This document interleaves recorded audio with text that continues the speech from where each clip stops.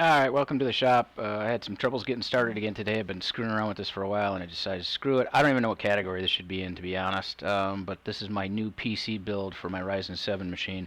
It's not going to be a complete unboxing or anything like that either. I did want to show you some things though, just because they kind of amused me and or mildly annoyed me. So we'll get started and we'll see if we can rip through this thing. This isn't going to be I'm not going to get into a lot of details. I've been building PCs for a long, long time. Pretty much built my first PC from parts. So, and that was I want to say the old guy 30 years ago. So, but we're going to get into just the basics, and we'll go through the build. And hopefully this doesn't take that long. And hopefully I don't have any issues. I have yet to build a PC which I couldn't get started and get an operating system installed on. So there's always a first time for everything. I could get a bad part. We'll see. But anyway, let's get started. And I'm going to have some issues with the chat today, I suspect, as well. So I'll try to work through them as best I can. But yeah, I'm having chatbot issues. Sons of bitch. So anyway, let me see if I can even get the chat open. To be able to watch it somewheres.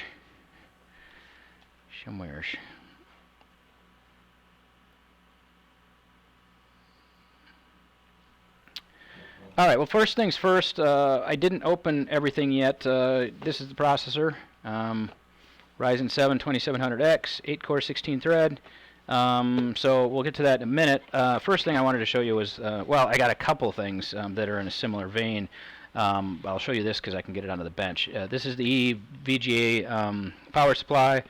I got the 850 watt P2.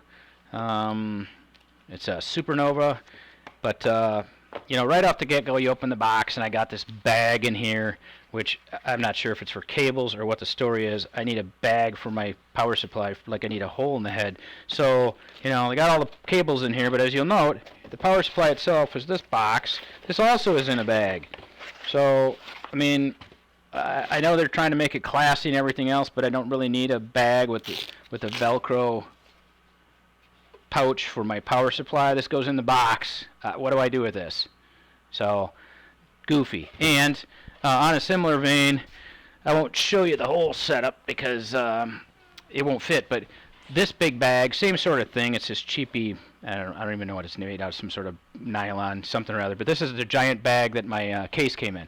So I got an Antec P110 loose case, and that came in this giant bag as well, which you know, I don't know. I don't know why they feel the need to do that. I mean, this is actually a nice bag. I'm guessing this is for the cables. It's a modular design, so I guess maybe you're supposed to throw all your extra cables in the bag here. But this, the wrapping thing, just I'm okay with it in plastic. Maybe, I don't know. Maybe this is more environmentally friendly. I have no idea. But anyway, my little minor rant is over packaging. Come on, guys. I just need the power supply. I don't really need all the extra stuff. So anyway, on with the show.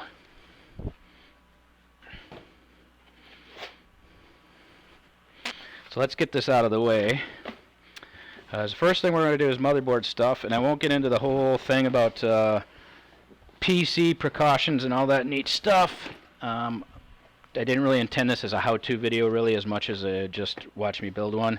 I've never used grounding straps or anything. I know, big no-no. But if you make sure you're grounded, you're not walking around on carpet and with your socks on and shuffling your feet and all those neat things. I've never had any issue with static. But there's a first time for everything, right? So can put my foot in my mouth. But anyway, I am careful to touch a ground a lot of times before I'm touching the static sensitive parts as well.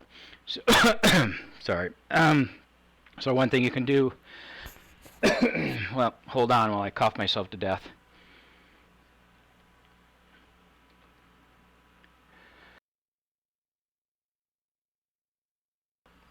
Alright, one thing you could do is just touch a grounded part. That can be a ground screw on an outlet or whatever it is, and that's what I've always done. I've never had any issues. Like I said, I do have a grounding strap kit. I'm not going to use it. I'm going to live on the edge. So let's get to the first part here, and the first part is the motherboard, and we've got ourselves ASRock Fatal1ty X470 Gaming K4 motherboard, and we'll get that out because I know part of this is going to be the heat sink mounting on the motherboard. So we'll see if this thing's in a bag as well. So we got the motherboards all come with the back plate, which has the appropriate connector. So this snaps into your case. So we'll put that aside for when we get to mounting in the case. This is an addendum on memory modules. Always a good idea to take a look at the manual, even if you've been doing this forever, like I have. So I'll take a glance at that, and in the event I have any issues or questions. So let's see what else we got in here. Because like an SLI bridge usually come with them. This is a very small screw. I'm going to have to read the manual to find out what that's for. Looks like a couple of serial ATA cables. And we'll get down to the motherboard, and I did not intend this to be an unboxing, so I'm not gonna screw around too much with that. But this looks like another tiny little screw. So to be honest, I'm not sure what those are for. I'm gonna have to look at the manual. So that is in the anti-static bag.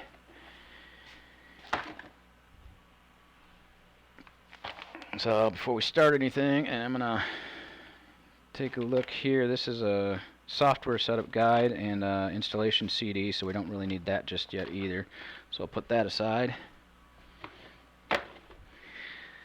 And we're going to take a look at the manual and see if there's a parts listing, because I'm not sure what these little screws are for. We'll find out here.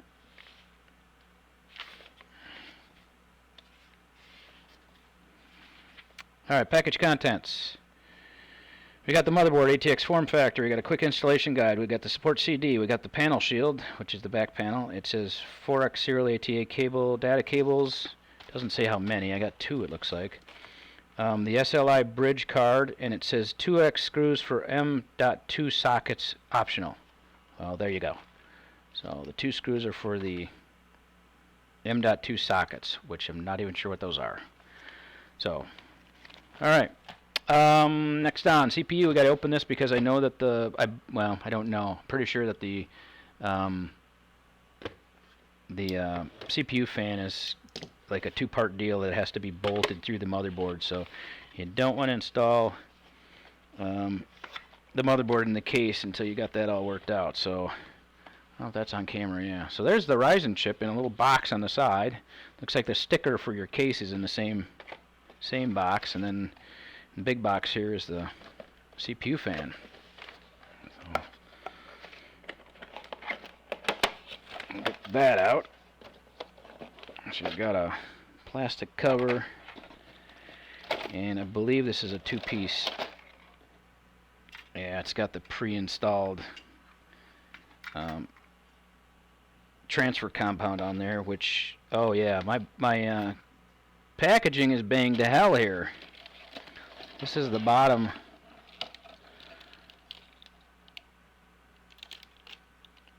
plastic, and as you can see, that's busted. So I don't know what happened there. I'm not seeing any real damage on this outside of the gouged up heatsink compound there, so I'll probably take that off and start again. Alright, so let's put that aside. I was under the impression that there was a mounting plate and I had to unscrew and do all kinds of fancy stuff here, so I have to consult the manual for this. I've never built an AM4 motherboard, so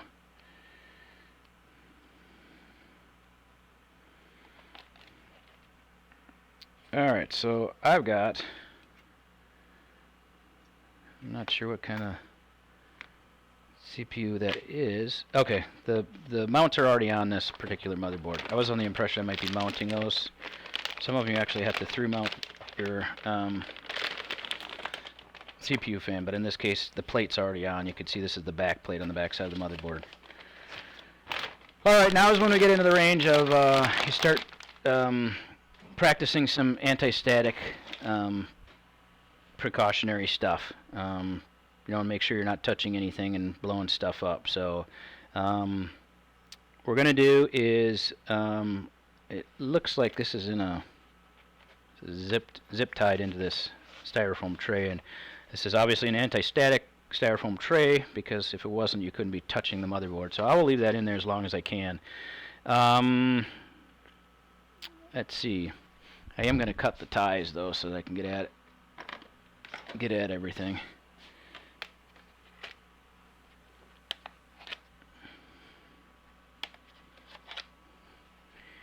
And there's the other one.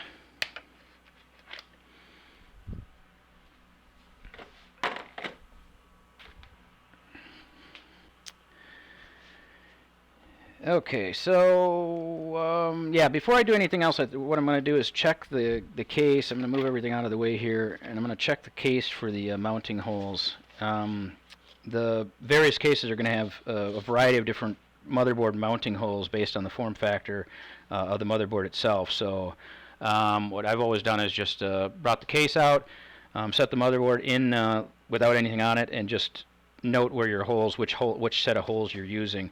And now the standoff should be included in the with the case itself. So let's get the case over here, which is going to be interesting because she's a bit of a beast. I'll set the motherboard off to the side.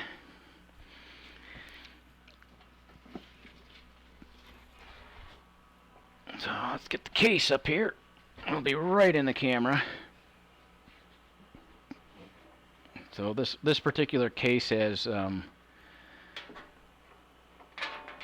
whoa, those are heavy. Has thumb screws holding on the sides, so I will take off the back side. Looks like, which I probably don't need to do, but I will do it anyway.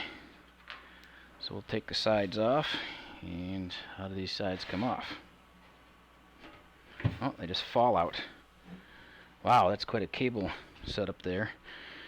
So case sides will get set off to the side. I've already lost one of my screws. Oh, I got a plexiglass side on this one, so I gotta get some stuff out of the way here so I don't mash my new parts.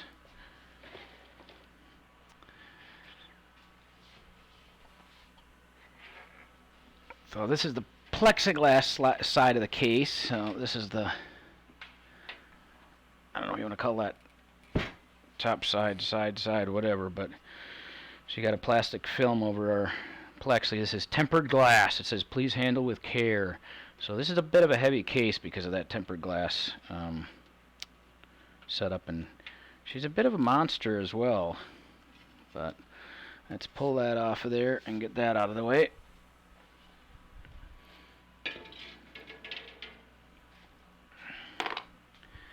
Alright, so as I was saying, yeah, this case already has a standoffs in it. And the last few PCs builds I've had, these standoffs were not here. So there should be parts for standoff parts in a box somewhere. So let's go find those. Here they are. They're in the back side. Here, and it looks like they're tied in somehow, probably in the drive caddy. Probably is right, in the drive caddy. And there's a screw that already fell out of the box.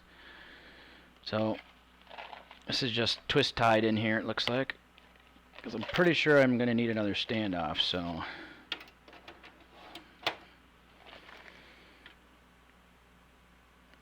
we got a bracket for a SSD back here. That's interesting. Since I bought brackets, I guess I won't need the ones I bought. Let's see what's in the parts box. Looks like some Velcro cable ties. There's an instruction. It looks like warranty stuff, and a pack of hardware, which I'm assuming also includes some standoffs. Yep, they're in there, the hex. I believe they're hex standoffs. Anyway,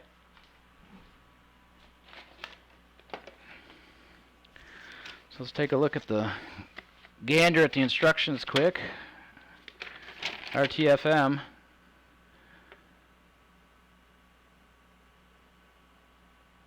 So don't break the tempered glass and the little little diagram here. Don't hit your tempered glass side with a hammer. That seems like sound advice.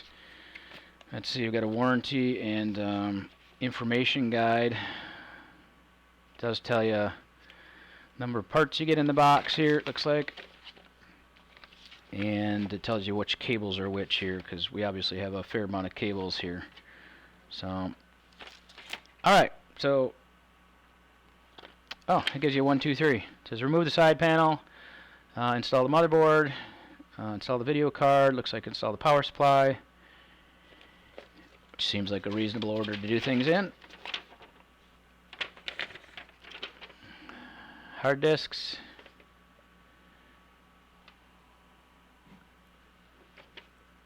Additional hard disks. Radiator installation, fan installations, liquid cooling radiator, and cable management bar. So exciting stuff. But definitely, if you get confused, look at your docs. Not all of them will have directions. You may be on your own to figure a lot of stuff out, but this particular one does. And this looks like this is keyholed, so you see the keyhole slot, so looking for a screw to take it out, and sure enough, there it is. So the SSD is going to mount on this plate, it appears, which will be nice. So we'll put that back. It's usually not rattling around.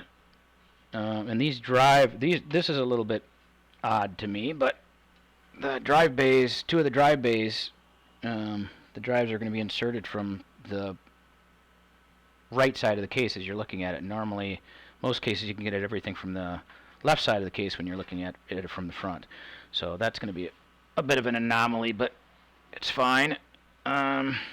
Case fans, there aren't a crap load of case fans in here. It looks like there's front and back. Certainly maybe adding some later, but for now we can do this. We got a VGA card holder. I'm not sure what this bracket is. This fell out. So what we're going to do next is look at the motherboard and check our standoffs, because I'm pretty sure I need that one in. So let's do a little static check. I need something good and grounded. I don't think I have anything like that. This here will work. So I'm just touching a screw on a grounded device. In my case, the Variac transformer that's sitting here. So I'm going to do it again since I've been walking across the floor. So the motherboard is going to sit in here with obviously the back panel at the back. So this is just a test fit, looking for where the standoffs are going to be needed. And like I said, I know I'm shy one standoff. It looks like I'm shy a couple. So I'm missing this standoff here, missing this one over here. Looks like missing this one here. So it looks like the standoffs I have in, maybe for micro ATX, and additional ones that wouldn't interfere with that, because these three are in. So I got 1, 2, 3 here. Looks like those are in. That one's in, and this one's in. So I need 2 here and here.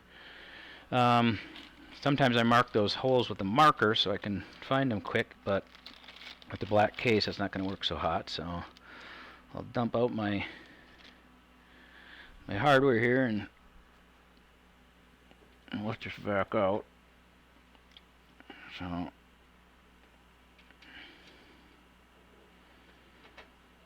get those started in there.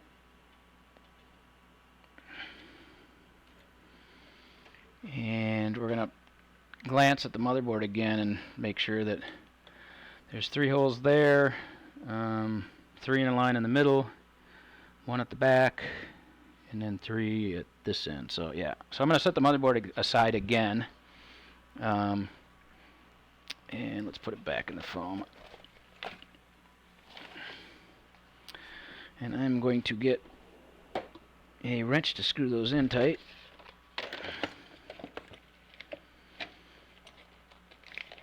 That the one. Yep. Don't need to over tighten. This is just sheet metal. You over tighten, you just strip the threads up, but you do definitely want them in tight. Yeah, theirs are in real tight.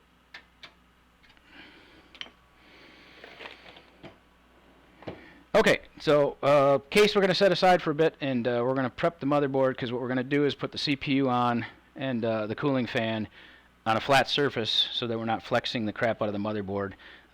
You can mount the motherboard first and then put all those parts in, but I think that's a little, because the motherboard isn't supported everywhere, you can flex the motherboard, and I'm not comfortable with that. Oh, wait a minute. While I was here,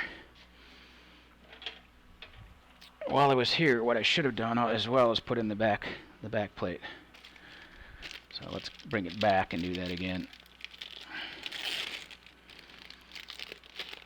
So here's the back plate. Make sure you put it in correct side up. You can check your motherboard for orientation, but obviously in this case it's going to go with the writing up and that away. So that snaps in the opening back here.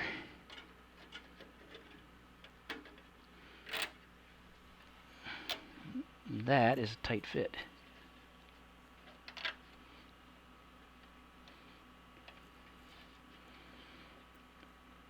There we go.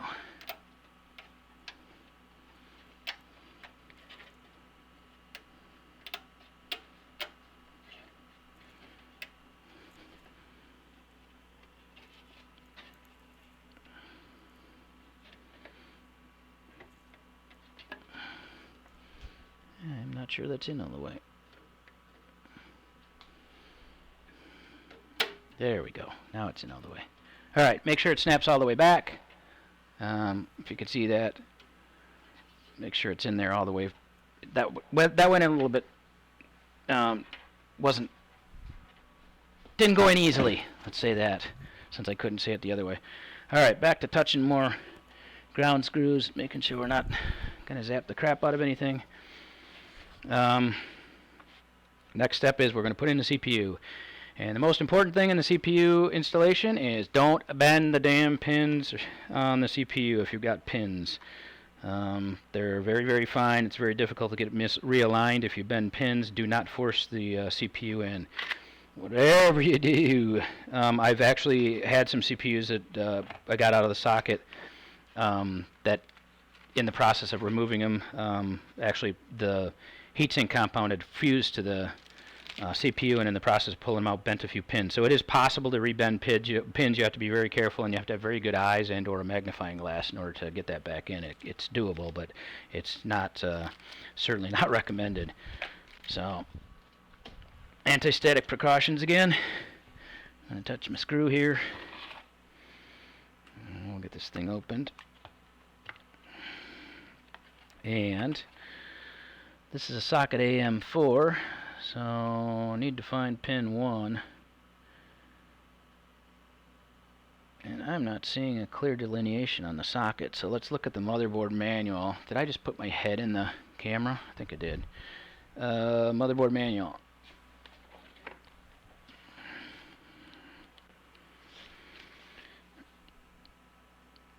Okay. That doesn't help me. This is my first AM4 motherboard, so here we go. Alright, so it's saying pin 1 is opposite corner of, there's usually an arrow marking it, but this is pin 1 over here, and the CPU has a marking for pin 1. That little gold arrow is pin 1. So that's going to go in this corner according to the manual. And like I said, I'm a little bit surprised that there isn't a... Yeah, I guess there is a triangle there. Hard to see. Let me take a look at it with my bionic eye here.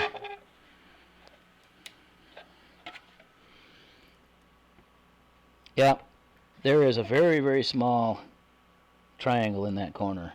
Hard to see though, especially for my old eyes. Alright, so pull the lever up. We're going to do anti-static again. And holding it by the edge. I'm going to transfer it over. And do not push. You just drop it in. It should just drop right into the socket. Hold it down. And we're in. So before we apply the install the heat sink, the CPU fan, I guess, We're going to clean the back of that with some isopropyl alcohol. We're also going to clean off this the base on the CPU fan because that heatsink compound got goobed up. And I think a lot of people aren't real big fans of the factory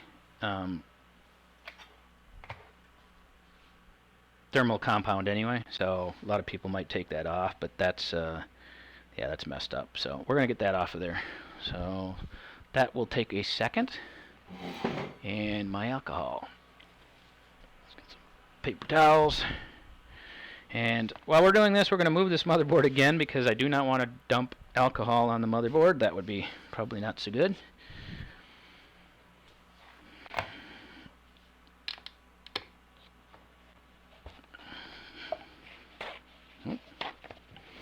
Thought I had a half sheet roll as I go full stupid on tearing them apart.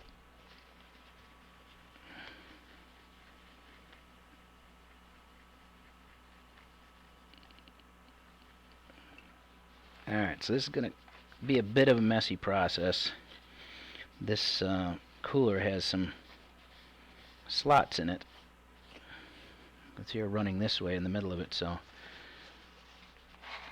we'll do this a couple times.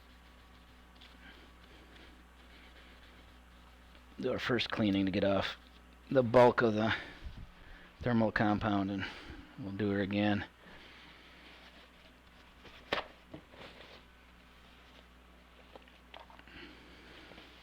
Yeah, normally I probably would have just used the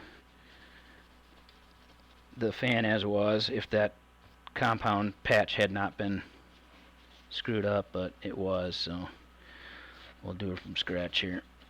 And there's a zillion different opinions about how you should apply a thermal compound to a CPU fan, so we won't get into that big debate either, but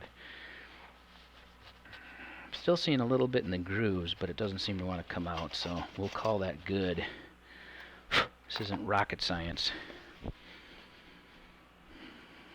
Alright. We'll set that off to the side. We're going to get a little alcohol and do the back of the CPU very carefully. Mind you, very carefully. It's an expensive screw up. Should you not do it carefully.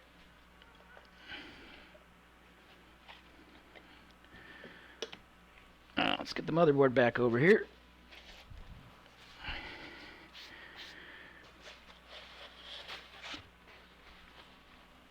Doing a little anti-static stuff again, and I'm going to take it out of the tray now because I want to make sure it's sitting on something flat when I put on the CPU fan, so we'll do that.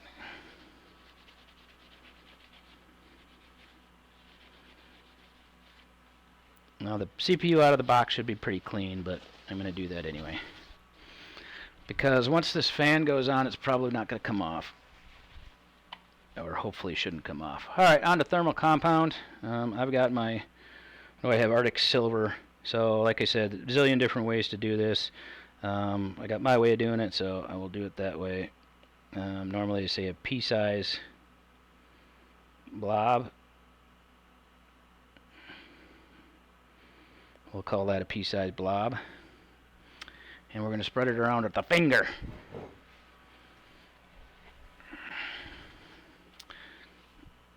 So a lot of the big debates about this are don't spread it out, just press on the fan, and I'll do that, and I'm going to want a little bit more.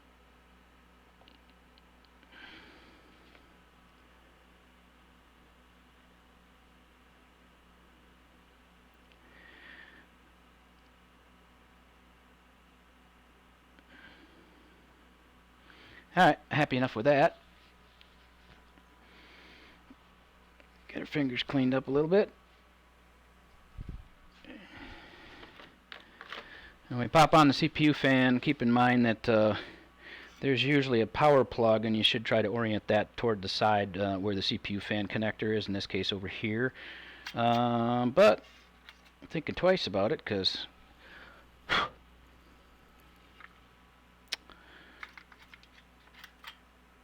gonna go this way then.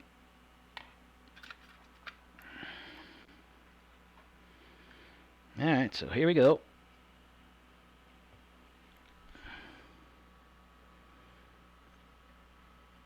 Cooler goes down, lever is down, so we want that up. And we're going to hook it in, latch it in on the non-latching side, so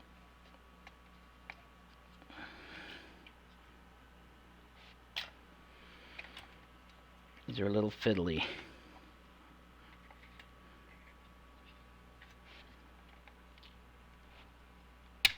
There we go. So we got it latched in on the non-latching side. I'm going to turn this around so I can see it a little bit better, and you probably can't. But we'll get the other side latched in like that, and then we will take the latch and pop it over all the way down and make sure she's firm, and it is. And now I've got, it looks like 2 CPU fan connectors on here, so I'm going to consult the manual to see which one it wants me to use for the which one it's calling the CPU fan socket. 3 and 4.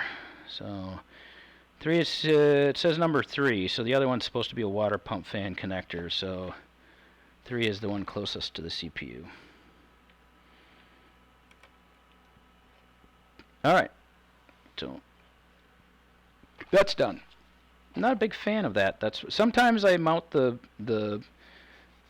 CPU fans in a way that you can wrap the cable around so it's not hanging out in the breeze like this, but we'll just tuck her in like that, and because this is a heat sink as well, so yeah, maybe we don't want to do that. Maybe we just want to let that hang out there.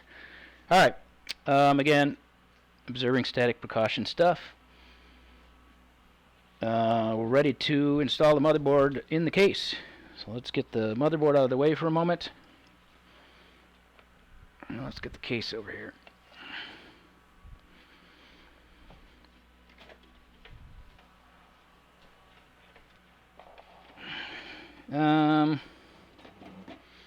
Thinking maybe I should put the power supply in next.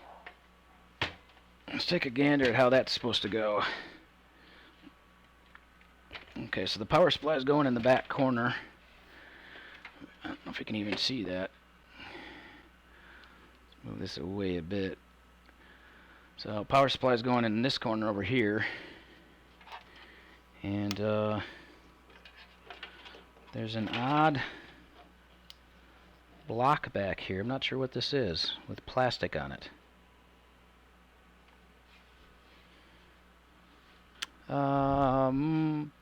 Case manual. What the hell is this thing?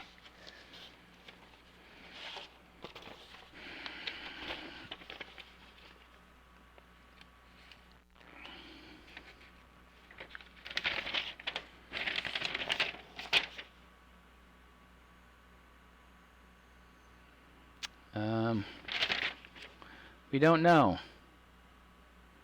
We don't know what that is. Well, don't put your lips on it. So yeah, there's a plastic block here, which it's actually got a power connector to it, a hard drive power connector, old style. Might just be, nope, I got nothing. I was going to say a spacer to put the power supply in, but that doesn't make any sense. Alright, well, let's get the power supply and put that in. So we're going to get this thing nice and heavy, because this power supply is pretty heavy. So power supplies only go in one way. If you look at a power supply, you'll note that there are 2 screws on the boundaries on one side and then 2 closer together. And if you look at the back of the case, you can figure out which screws are which. So we'll drop that in. It looks like it's going to go in upside down in this case. Oh, no, it doesn't have to. I can flip it. So this particular case has the holes in either direction. So you can pick which way you want it in there. Alright, we got a lot of black fasteners with the kit here, and I'm assuming these look like hard drive screws.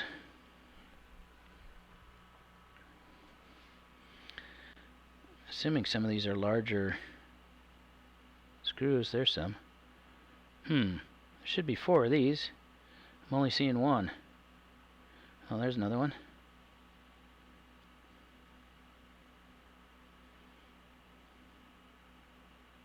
There's 3. Well, they gave you the bare minimum. They didn't give you extras.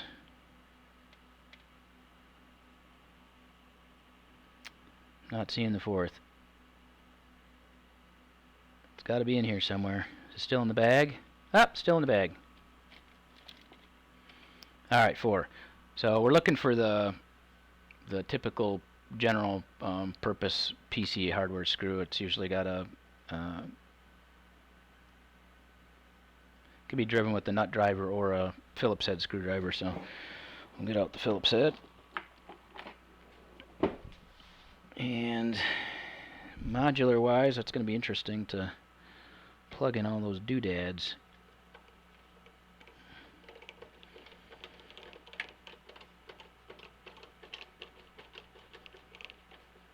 Well, that screw does not seem to be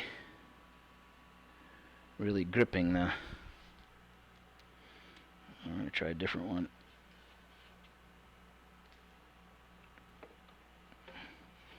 I'll lift this a little bit up toward me. Yeah, that screw is did not grab very well.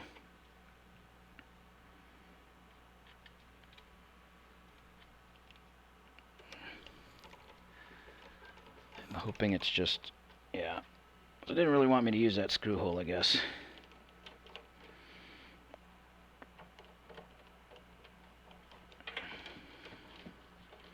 So I'm going to be using the holes in the corners, it looks like.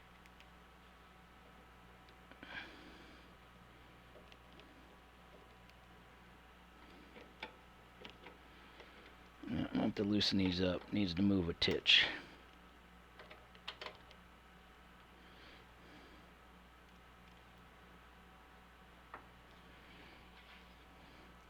Yeah, I'm going to set the case up, which is going to block the camera pretty much, but I want this power supply to be sitting down a bit. Knocking off soldering irons and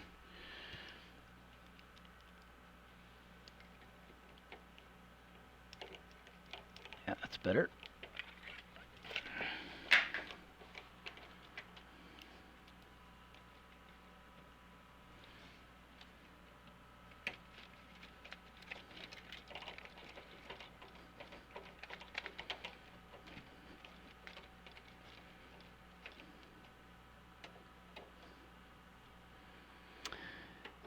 I've never had a modular power supply like this before, so I'm not sure if this is the way to go, as opposed to putting cables on first, because the modular is the actual power connectors plug into modular jacks on the power supply box. So it might make it more difficult to do the way I just did it, but we'll give that a shot to start with. If we have to take it out, we have to take it out. Alright, so let's flip this. We are going to put in a motherboard. Actually, I think I'm going to put the memory in first.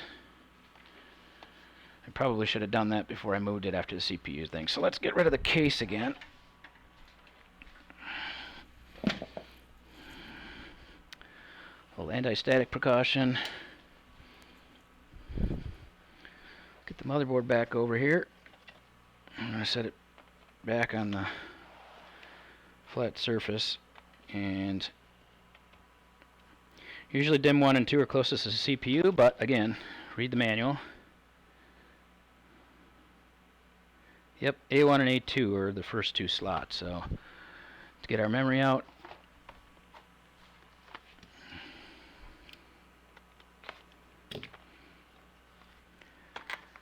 And I apologize if I'm missing chat or anything, but my normal chat program is not working properly, and I just decided I was going to go ahead and put this thing together. So I'm trying to monitor the chat and just the normal chat setup. So here's my 2 DIMMs. Again, anti-static procedures. Let's get this case apart to start with. Got a sticker, we'll throw that off to the side. So now I got a Ryzen sticker and a G-Skill sticker. So I'll throw that in the same box. Alright, so let's do some anti-static action, touching the ground screw. And you know, the memory modules, don't touch the pins if you can avoid it. But there is a slot here in the card that's closer to one end to the other, so you need to orient that properly. Don't try to jam that into the slot in the wrong direction, because things will not go well.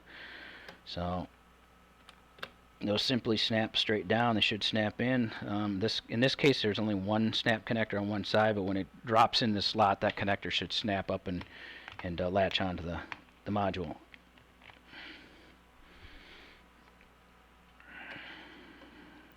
When in doubt, do not force.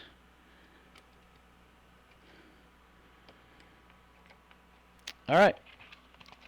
Memory is in.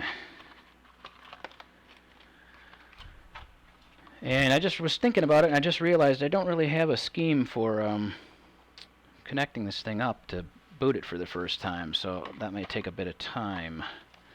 The monitor in front of me is hooked up to the streaming machine, so I may have to do something fancy to get this thing connected when I'm ready to boot her up. But I see a lightning sticker that came out of somewhere. I don't know where that's. It's on my mat right here. I don't know what that is. Alright, time to put the motherboard in the case. Again, anti-static procedures. Touch and ground screw. And I'll grab the motherboard and back connectors on that side. So we're going to put it in this way. And I would not grab the CPU fan even though it's sticking up there and it looks like a good thing to grab, I would not grab that. I would try to grab it somewhere else, but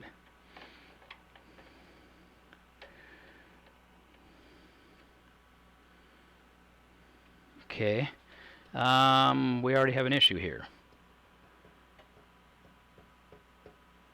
Maybe missing something, but my back connector.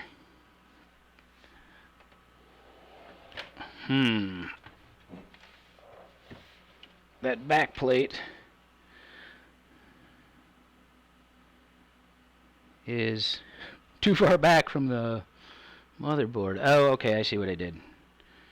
It must be a dual purpose. I'm going to have to take that out and do this again. So let's take that out.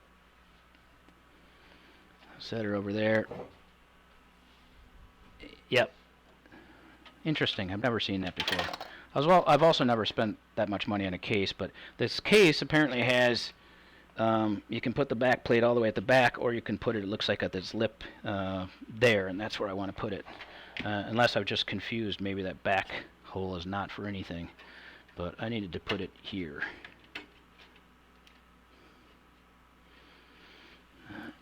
Doesn't snap in as nice as it did in the back, though. Alright. A little anti-static again.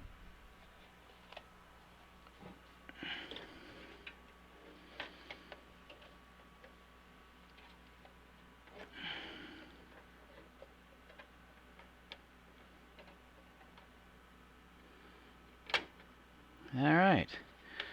As you heard that little pop, and that's the back plate going into the connector slots in the back. So now we're on to more screws, and there's a lot of them.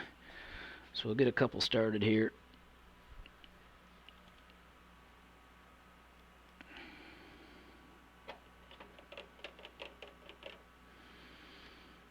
You do not want to tighten them all down as you go. You want to put them in, get them started, and get all the screws in, and then once everything's aligned, you tighten them all up. So it's a fair amount of screws here. You need a different screwdriver to get that one. That one's a little tight.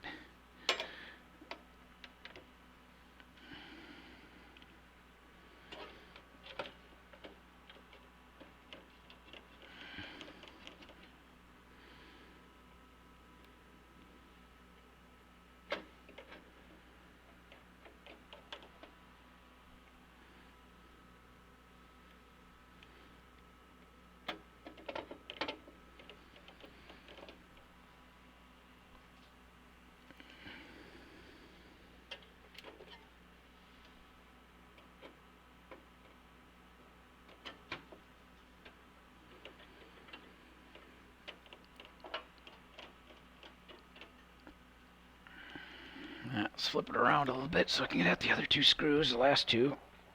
And like I said, I'm going to have to grab a different screwdriver, I think. Oh, let's throw that one on the floor.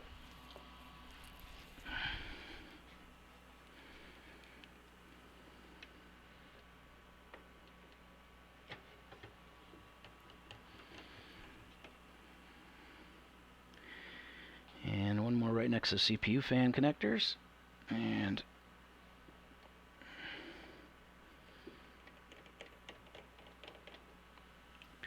let's go get a different screwdriver because this screw here is a little tight. The screwdriver I'm using is a little big.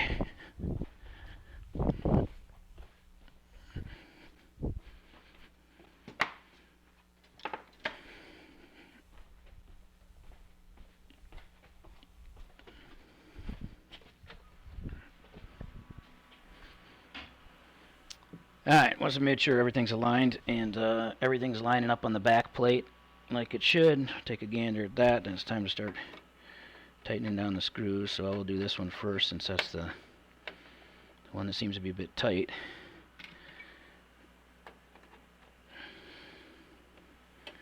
These don't need to be ridiculously tight, but they should be reasonably tight. And I missed a screw.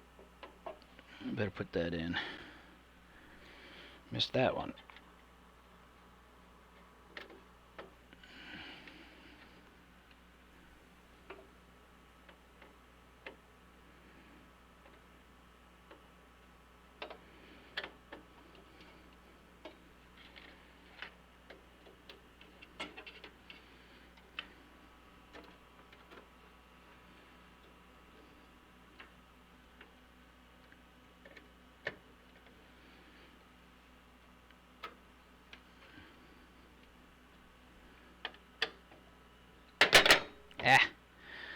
Alright, I believe I got them all tightened up.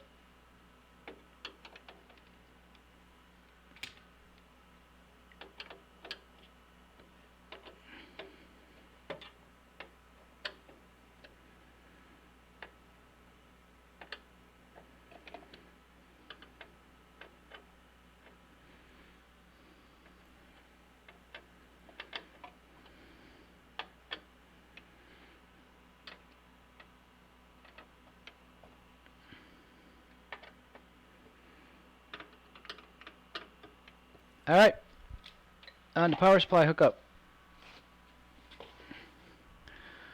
So, like I said, we got this modular power supply, so I have to figure out cables and then plug them in down in here. And so the back of the, let me get the power supply box over here.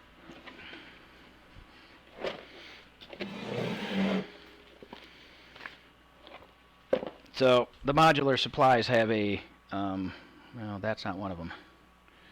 They have a plug. It looks like they are keyed. So this plugs into the power supply itself, which looks suspiciously like a motherboard connector as well, but it's not. This is actually a serial ATA power connector. So I'll have to figure out which ones go where. It looks like I can plug in. It looks like they're all the same with the exception of the motherboard connector. So let's get that big bad boy out of there first. So routing wise, it looks like I got a hole in the case right there for it. So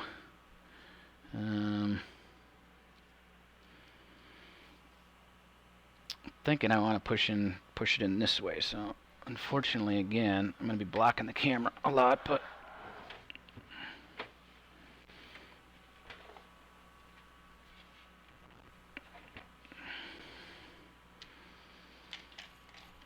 that maybe I should be running up here.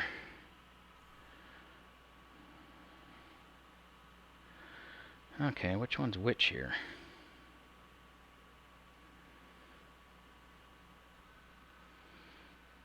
So that's the motherboard connector. So it looks like my modular plug has two plugs for the motherboard. Like I said, apologize for the angle, but that's what we got. Cable management and VGA card holder, interesting. Alright, so let's tip this back down so you can kind of see what I'm doing. Alright, so I ran this cable out here.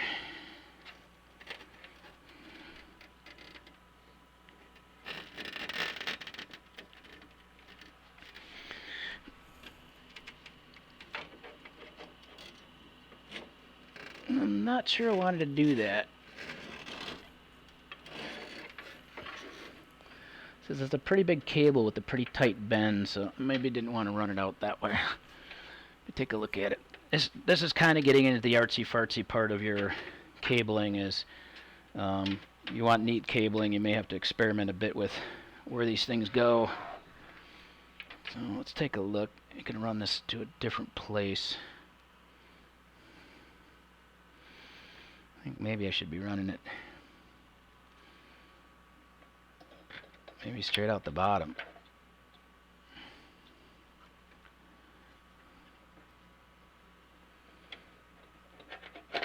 I'd like to have these cables on the back side as much as I can, but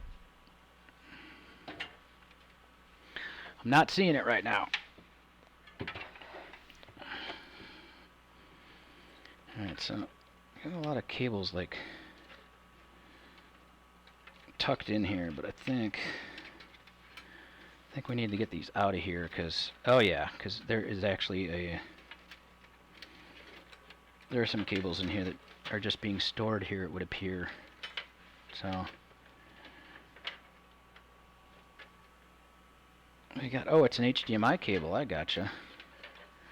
So if you want to run your HDMI to the front of the PC, I guess you can do that. So that's what that one is. These are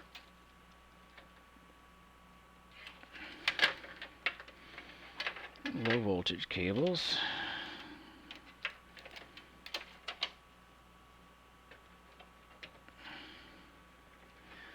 Let's pull all these out of here. I can figure out where we want to run those in a bit. Alright, so the motherboard power connector, I got no further along with that, so let's take a look here and see. I think maybe I want to go out here.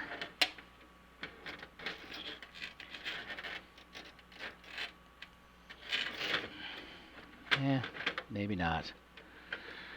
If I get a longer video card and I run it down that way, you can't see which way I'm running it though anyway, so if I get a longer video card, that might not be such a great idea, so let's run it up here.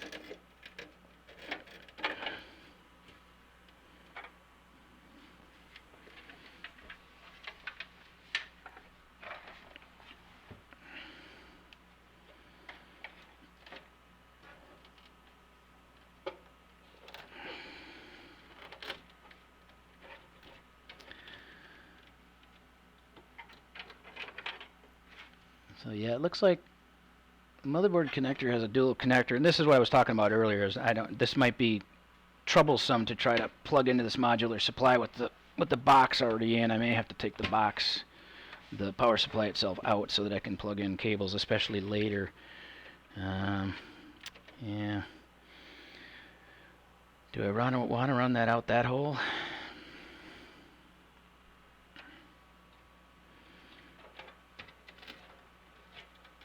Okay, maybe want to run that.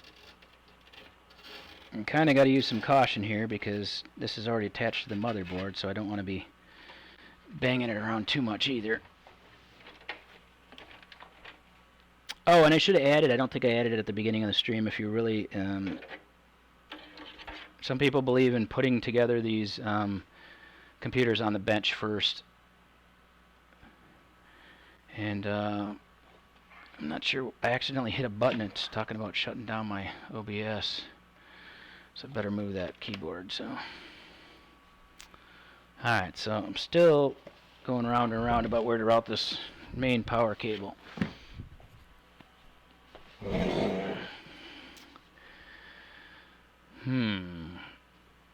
we run it down that way, and then this way.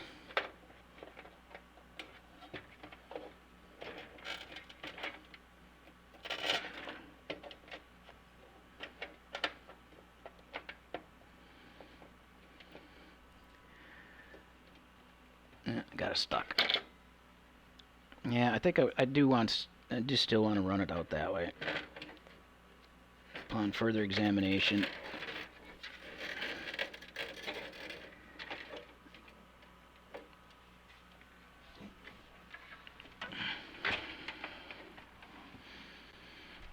Alright, so it's got two connectors. The short one goes on the top side, the big one goes on the bottom side. I want to know, can I do this? Maybe that's what I should be doing.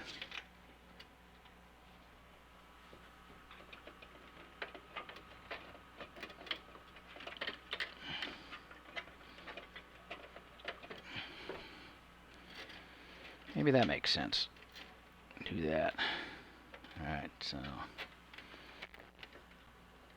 that one goes here.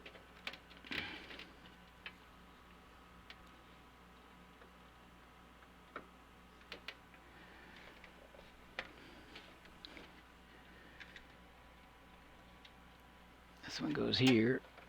And they certainly don't plug in very easily. That one did. Alright, looks like I got them both in there. But as you can see now, it's going to start getting tight because I got to put power connectors further down, and that was my dilemma before, is if that's going to cause problems later, and I suspect it might. So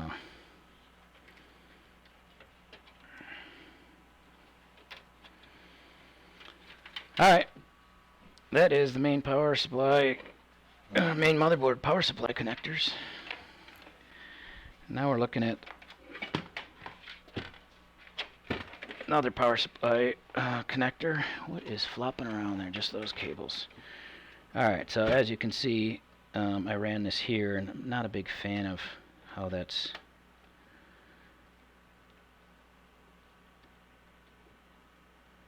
I don't really want to put stress on the motherboard, so I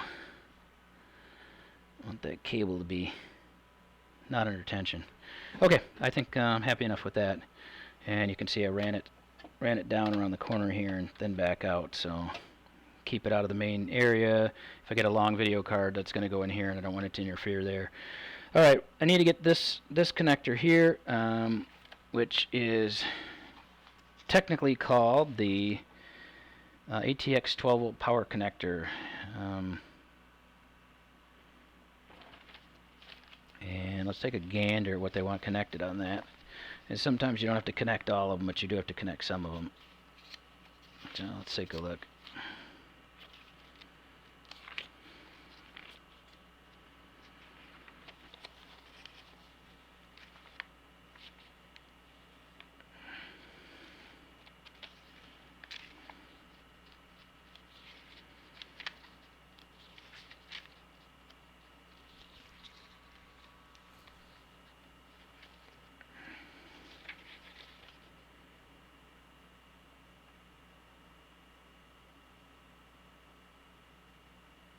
Alright, so this says ATX 12-volt power connector, 8-pin.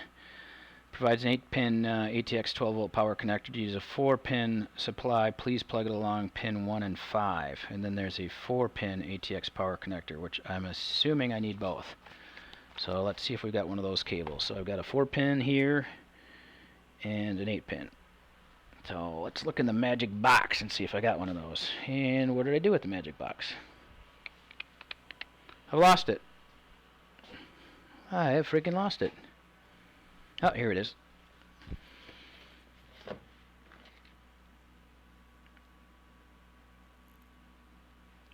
Alright, found her. So we're going for the cables. That's the cable that's labeled CPU. That's an 8-pin connector. So.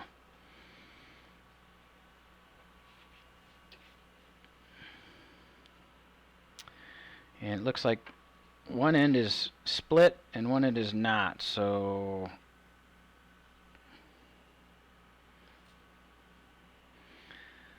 which one am I using on which end?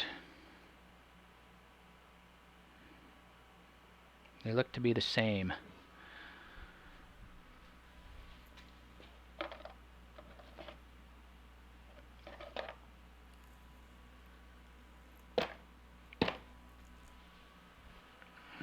I think the split connector goes on the motherboard side, but let's flip this up and take a look.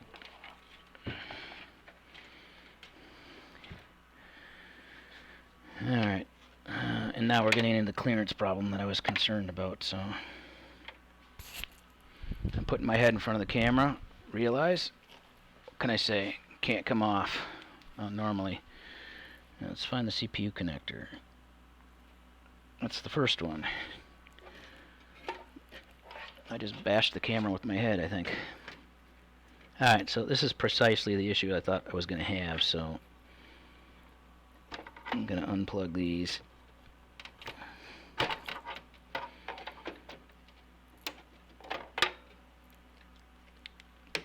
Oh, we don't want to set that there. So CPU, I believe, is that next connector down. Yes. Alright, so the non-split connector is the one that goes in the box, the power supply. I mean, although admittedly it's probably going to be a neater installation, I'm not sure I'm sold on this modular business. Just, I guess you only do this once, but I'm not completely sold on this yet.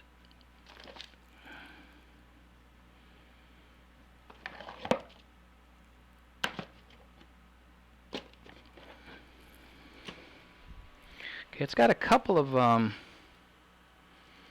CPU connectors. I don't know that I need both of them, but I'll have to check to do a little check-in. But this is a VGA cable, so I'm going to install that as well, just because it's buried down behind everything else.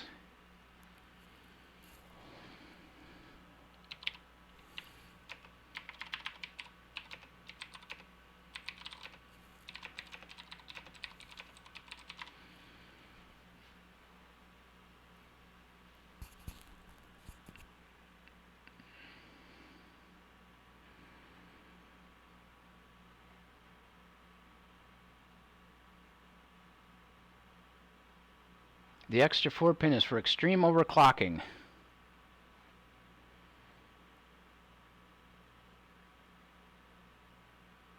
Okay, so not planning on doing that, so we're good with the first one. But I've grabbed the VGA one as well because that's buried down behind here as well. So I figure I might as well put that in so that I don't have to dig around with everything. So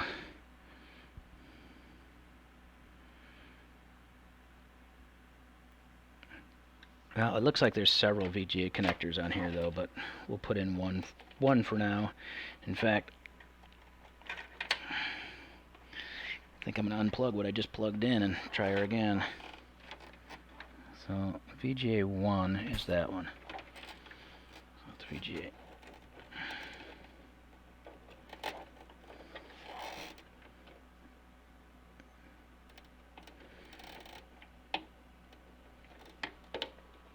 Alright, and then CPU is this one.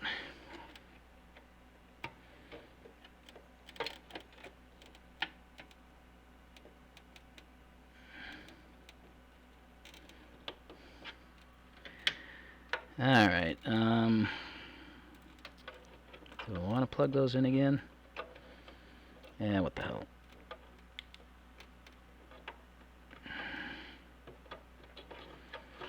Yeah, let's leave them out, because I'm hemming and hawing here. So I got a CPU connector, which needs to go all the way up there. And I got a VGA connector. So CPU is this one, which I believe needs to come out here, so pop that through there. And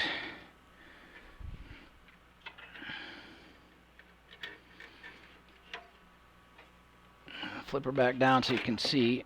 Oh, and it fell out.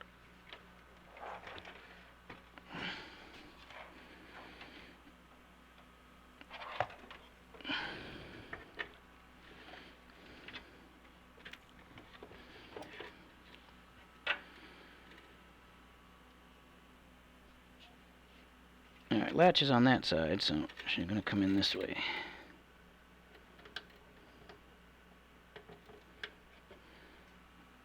Alright, CPU connected. Oh, bashed the camera again. That is not good. Alright, so CPU or VGA connector. I think we're going to route out that hole as well, but Maybe not. Maybe not. Maybe we'll just throw it in here for now.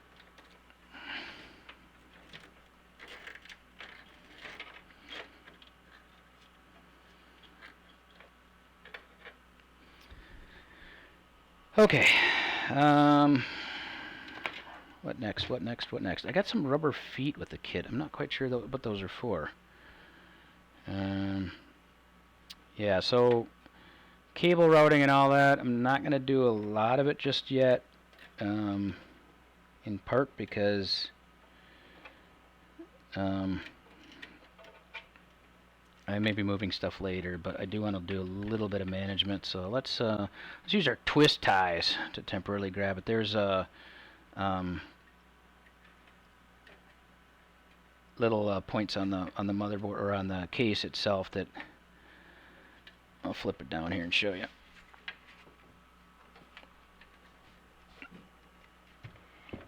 These points here are intended for zip ties. You can run a zip tie through to secure cable. So I just twist tied that there, so I don't want it flopping around too much. But I still have to put a SSD in there as well. So yeah, she's getting a little bit messy already with this modular business. So not sure I'm sold on that. I'm always used to kind of just dealing with the mess of cable, so I get it advantageous in some ways and probably not so much in another. But let's throw these in here. I'm tired of these flopping around.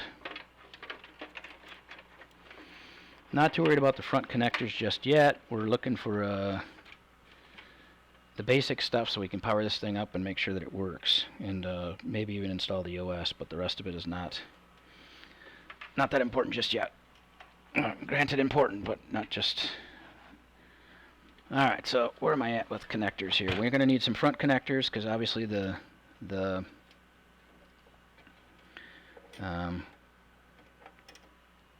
need another twist tie here. We're going to need the power supply button for sure. So let's get that in there.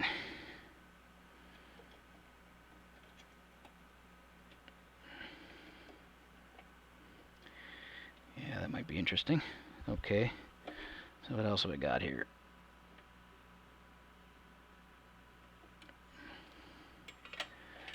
Got a fan case. I got two case fans, so those are going to have to be connected. So let's get those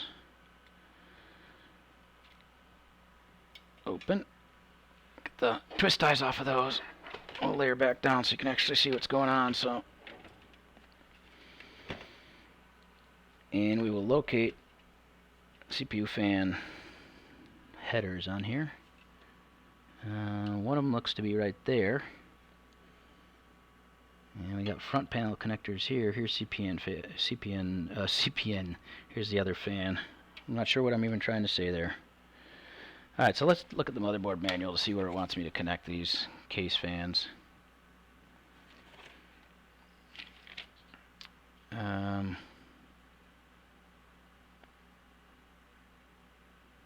So I got a fan 1, 2, and 3. So I got a chassis fan, water pump connector is number 12, which is that one over there. So we'll connect the front one to that.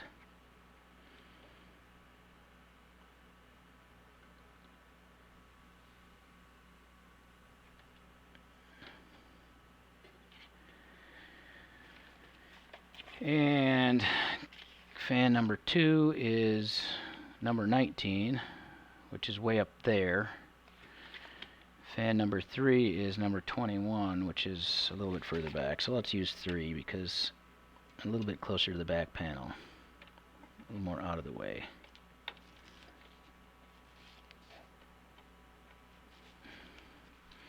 Can't see that.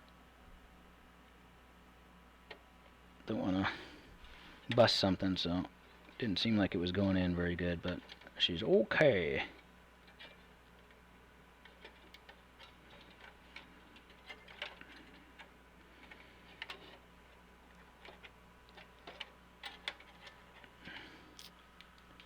Alright, front panel connectors. We have to find those.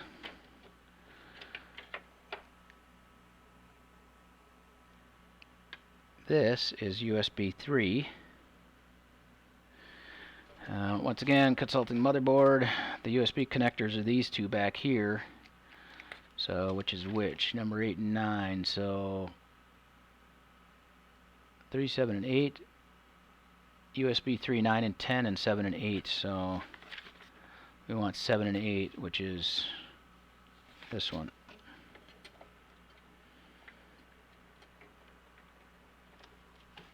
I got something. Okay.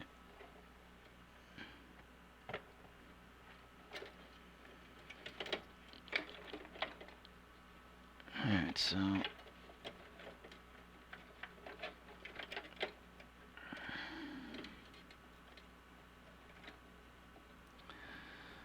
sure where these wires are going.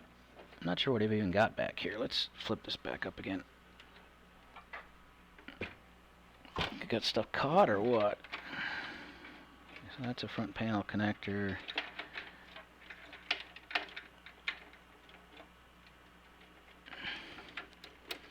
I got wires twisted around each other, so I have to free those up.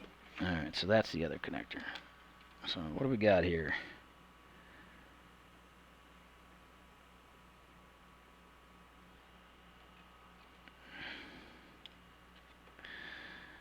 Knocking some of my hardware around here.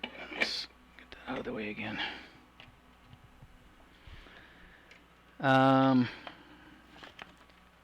Case stuff. Does it have a key as to which is which? Alright, so according to this, I got the power switch is just a single doodad, and I'm not seeing that one.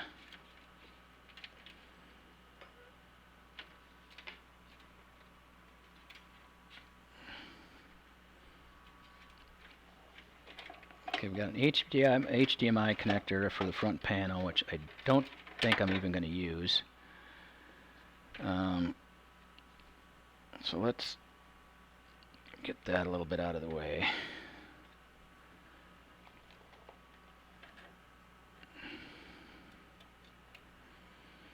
You know, then one of my twist ties, bigger one, that one.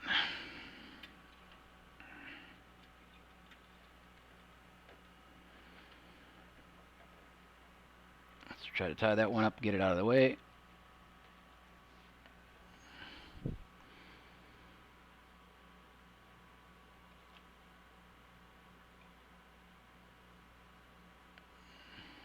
What's going on there?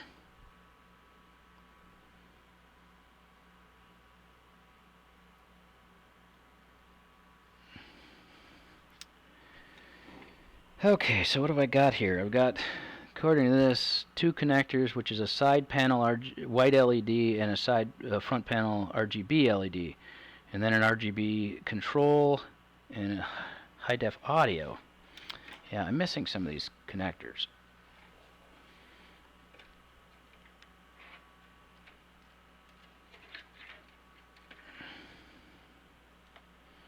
So let's stuff all those back through that away.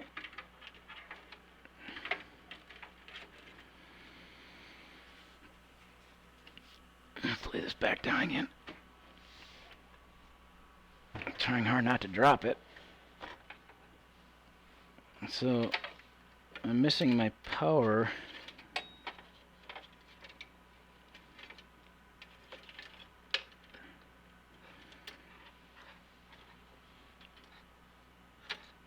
Here's one.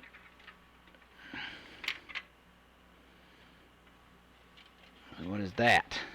This is the HD audio. So HD audio on the motherboard is where?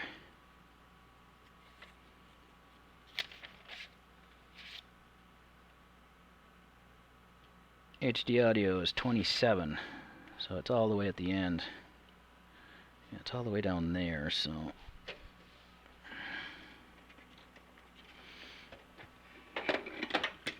just keep knocking that thing down.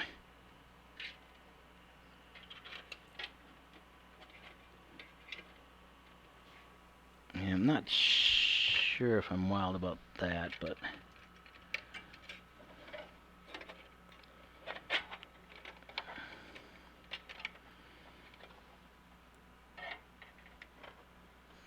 So HD audio is 27? That plug isn't big enough. I think I may have misrouted this. Front panel audio header, HD audio 1.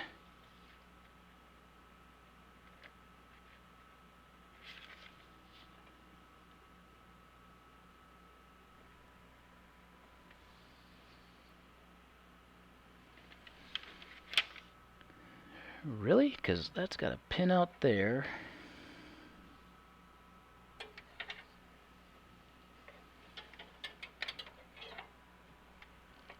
So these need to come out. How does this come out? Oh, there's a screw right there. So let's take this out. At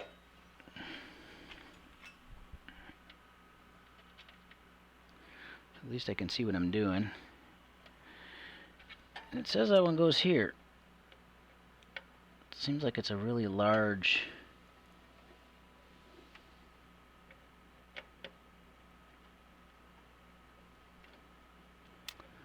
that doesn't seem quite right to me.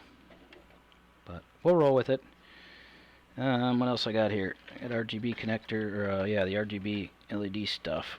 Which are these two, and I'm guessing those go way down there too, so we'll run them back out. And this connector,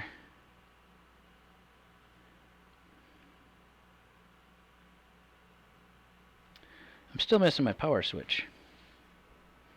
Where's that thing hiding? Is it this one? There it is.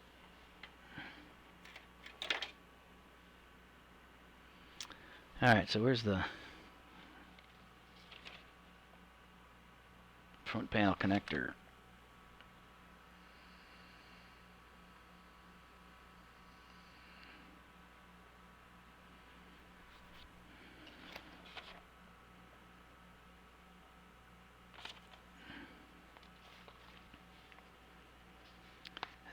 Searching. Power LED and speaker header, number 24.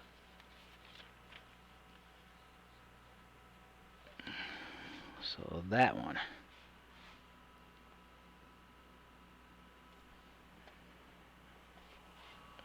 Let's find my plug.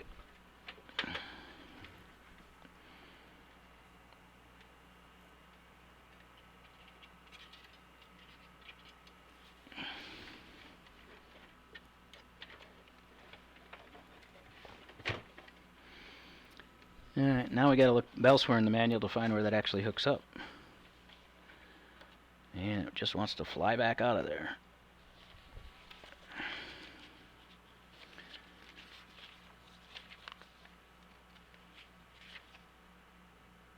Alright, here we go. Front panel. Ground reset. Power button. It's right in the middle.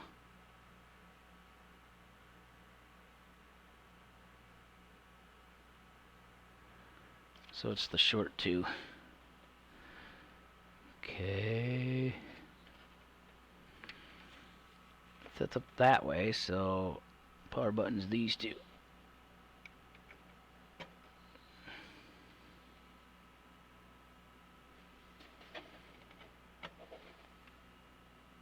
Speaker LED, right?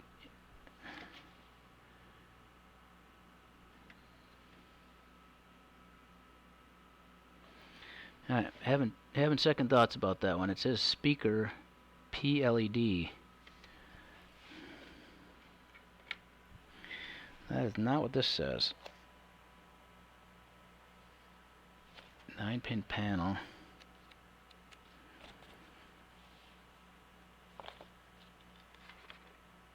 (24) Power LED and speaker header. Well, where the hell is the damn speaker on there?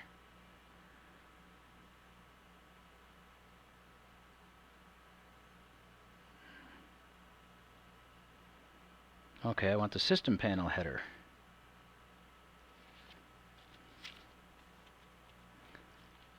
That's the one I want. System panel header. Number 16. So it is the first one. It's the one that's buried underneath my power cable now.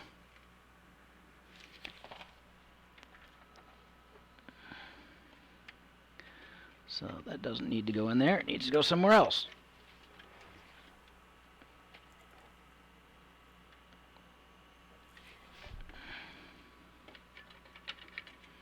Bring it out there.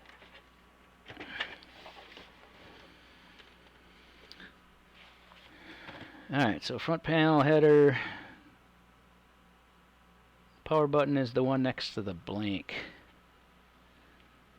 Which, those two.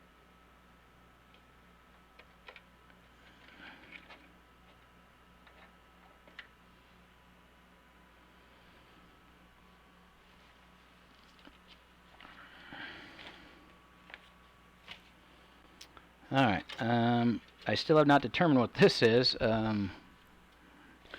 According to the key here, there's not a... This is the thing that's... This is the thing that's sitting behind the power supply block, right?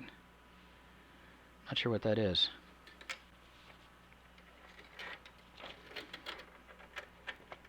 This is my VGA connector, so I'll pull that up and stick that in the corner.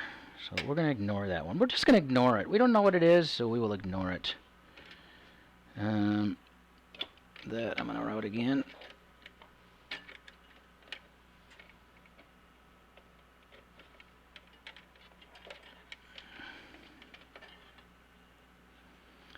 Yeah, that may need to go up and over.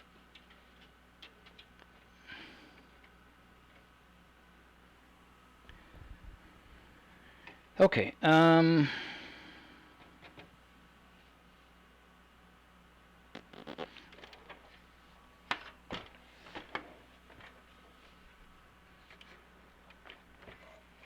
SSD, I'm going to need a power connection, and I've got a couple little...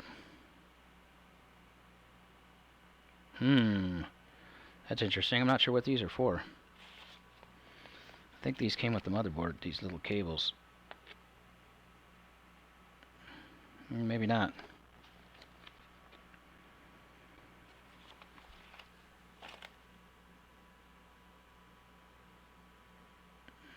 Header is used for connecting the USB connector on the AMD SR3 heatsink. I don't think I have one of those. I think I have the fancy. I do too. Alright. Fancy LED lights. That is certainly beyond my experience. It looks like there's a little connector here, so I got two little rubber plugs in the CPU fan. One has 3 pins, one has 4. So that's got 4, that's got 3.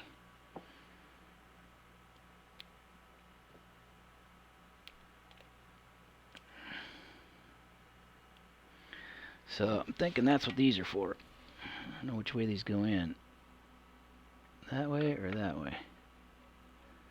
Unfortunately, I can't really see now. They go in that way.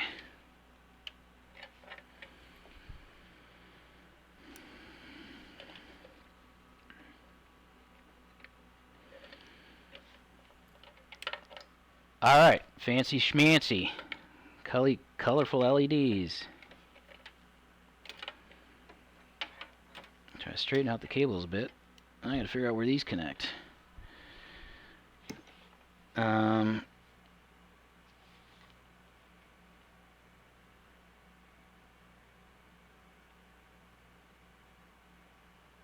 Number 10 it says. And what's number 11? AMD LED fan USB header. AMD fan LED header.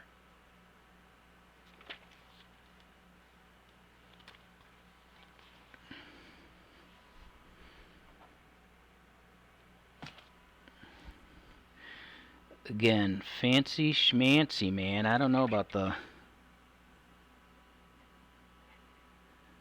So that's the 3 pin. This is the 4 pin.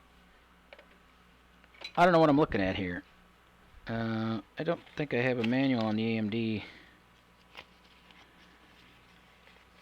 Maybe you do. RTFM.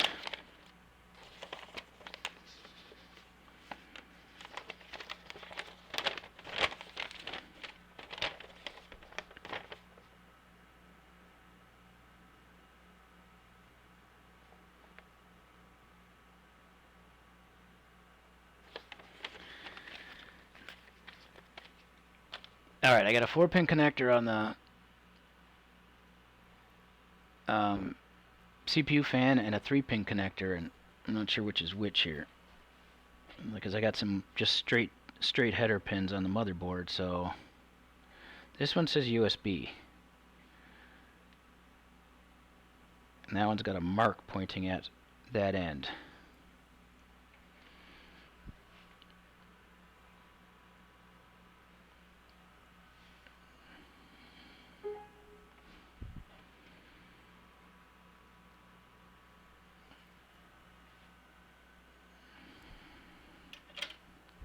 Alright, I will be back in just a moment.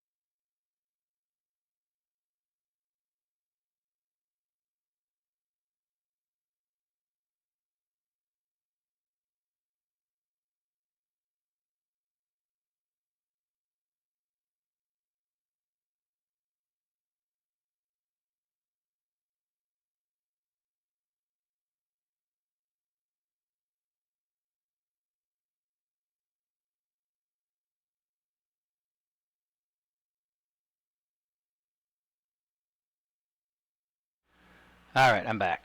A little drink break here, and where am I at? Yeah, I'm gonna have to do a little bit of research on these, unless somebody can tell me what the hell, because I'm not. It is RGB. So, but one of them says USB, and one of them says nothing. So let's see, my fan USB header must be the USB one then. And where's the other connector?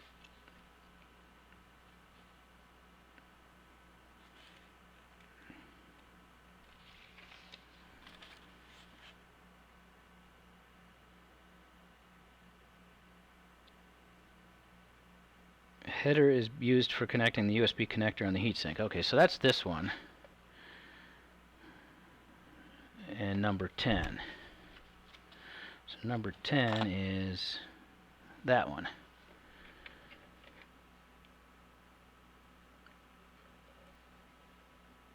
And it looks backwards though. The plug for the hole is on that end.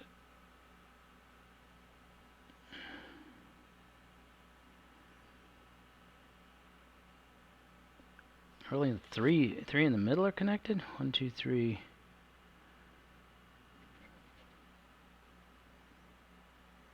Okay, that says pin 1 there.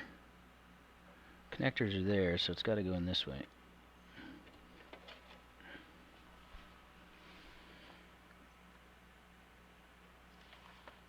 Alright, so the other connector is unmarked.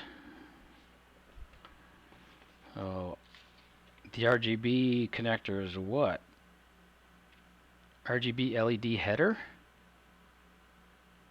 No, that's got to be for the other ones.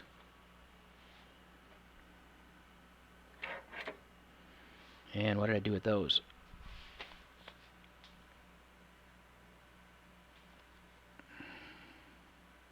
Oh, here we go. EMD fan LED header, that's what I'm looking for, number 11. So that's the one right next to it. So how can I tell pin... Where the hell's the... Can't find her. There it is. So pin 1 is... Caution, never install in the wrong orientation, otherwise the cable will be damaged. Duh! Yeah. So is pin 1 marked on there?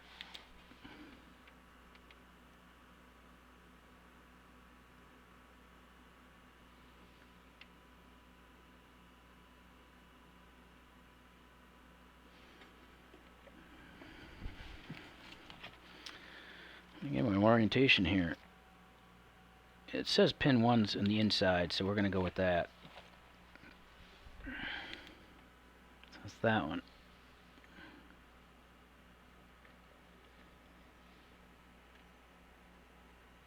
But that is a weird connector, though.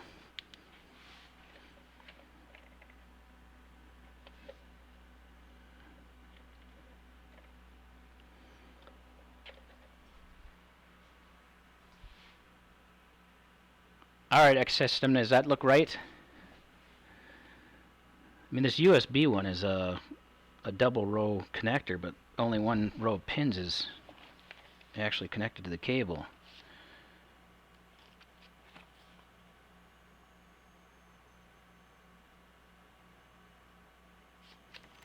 So the USB connector on the heatsink, so that's definitely that one. I don't even know what that damn thing does. Okay, we're going to go with it. If you think it looks good, I think it looks good. I've never done LEDs before, so RGB stuff. Alright, we're on to, I guess, front panel stuff. These. So according to the box, I've got an RGB control. Oh, okay. That's what that cable's for. It's a side panel white LED. So I got a front panel RGB LED and an RGB control. So that's what these two are. And those go... Where the hell those go on the motherboard? And a place to fish those through. Throw them in there for now. Probably shouldn't be farting around with the RGB stuff until I actually test everything, but I hate to blow up stuff doing RGB stuff. It may be purty, but it ain't needed. Alright, let's get this around here.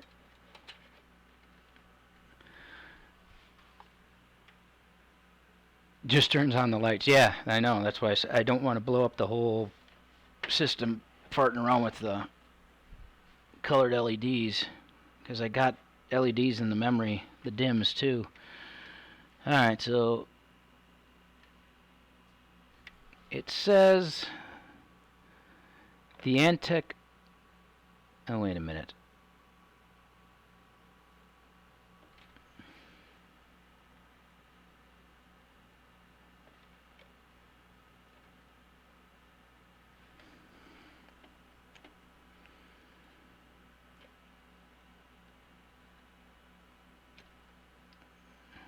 Alright, now I don't know what these are.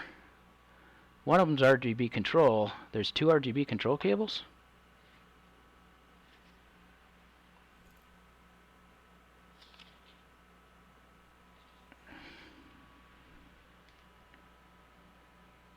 And there's a button for an LED up here on the top of the panel, but why are there two connectors?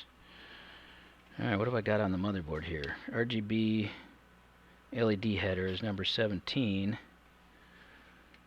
But that's not a socket. Those are pins too. Do I have an adapter? Somehow male and male is not going to work out so good, I don't think.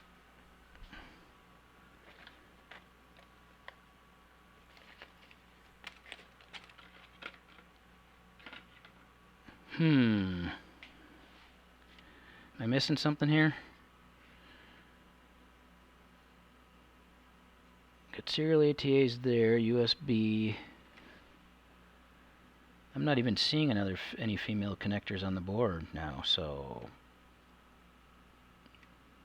Do I have to get an adapter cable for these? I'm thinking I probably do. Alright, well, let's cap them back up. Not necessary to run. We got RGB on the CPU fan, which should be enough to blow everything up. Yeah, because it says the RGB is 17, which is this one, but that's male pins as well, and I've got pins on the cable, so. One will go to the motherboard, and the other one is for to add to. Yeah, well, I would assume one would go to the motherboard too, but I'm not seeing a socket for it, so.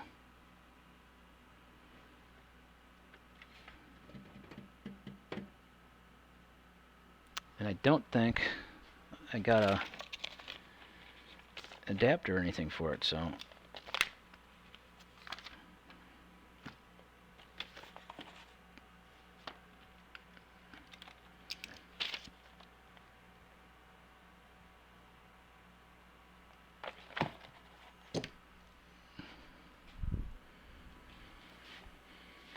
I'm looking here just to make sure I didn't throw something off to the side that I needed.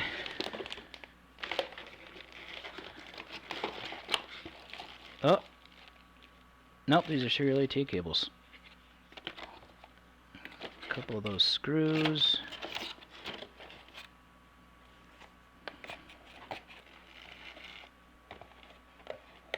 Come on. Okay, that's the SLI connector, and those are just serial AT connectors, so I got nothing else.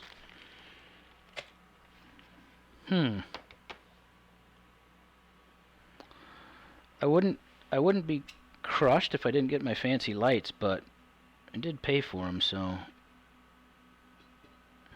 Alright, well, let's put this. I guess I don't need to put this back in. I just don't like it floating around. Let's throw it over there.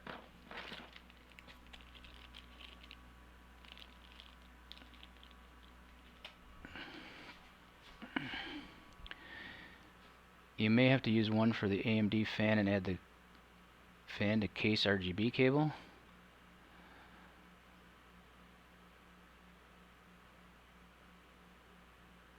I'm not getting you. One for the AMD fan and then add the fan to case RGB cable.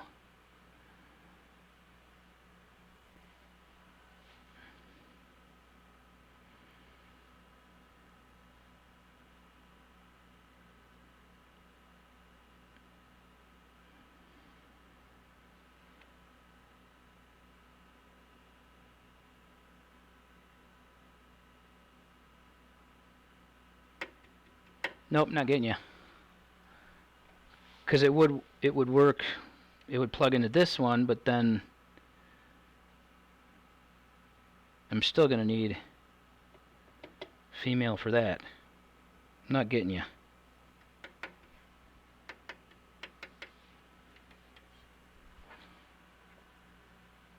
Okay, Dimitri. Yep, new rig. Definitely. Trying to figure out this RGB business.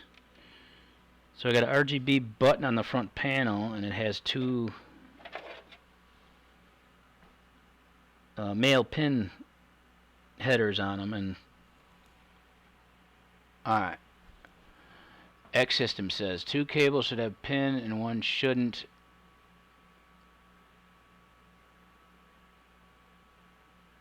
The one with pins goes, the fan goes into. The one without pins goes to the motherboard. Yeah, for the CPU cable, or for the CPU RGB. That's the way I got it connected. But the front panel is both pins. Unless those come out. Doesn't look like it.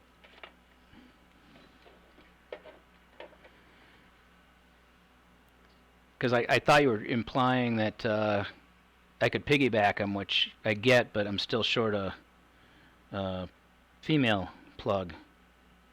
So I may have to get an adapter or something. Because the RGB connector for the CPU fan is a female. But I still need one more. I'll have to do a little research on that, I guess.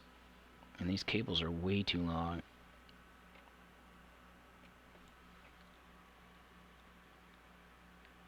Did the case come with an RGB hub? Not that I'm aware of, but I know almost nothing about RGB other than the letters.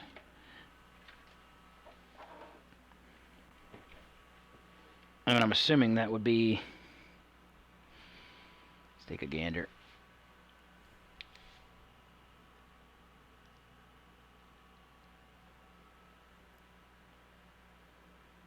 Oh. That's this thing, isn't it? I think it did. I'm assuming this is probably what you're talking about. It's this thing right here.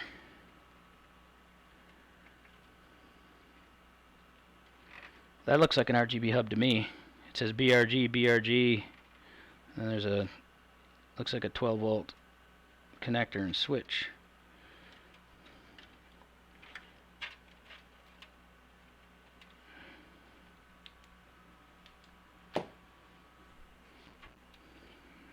Oh, where does this go?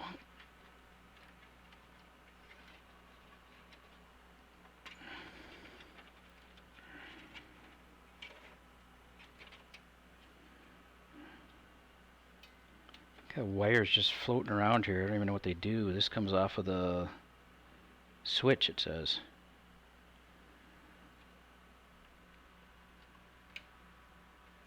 What's the model of the case? It's an Antec P110 loose. I'll verify that. Yep.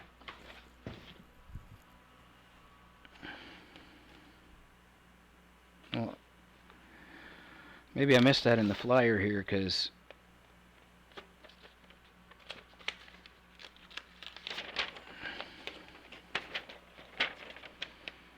installing hard drive, radiators, VGA holders. It says squat about RGB on here. Got nothing for me, Dimitri?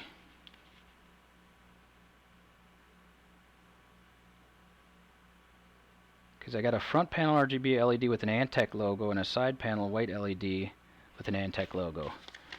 But those are just those bad boys. What the hell?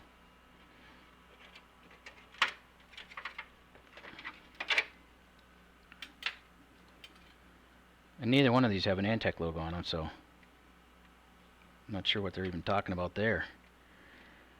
This goes to...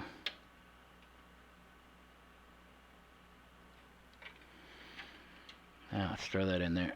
Well, let's move along. You don't mess with RGB. Yeah, I've never done RGB before, so I'm an RGB virgin.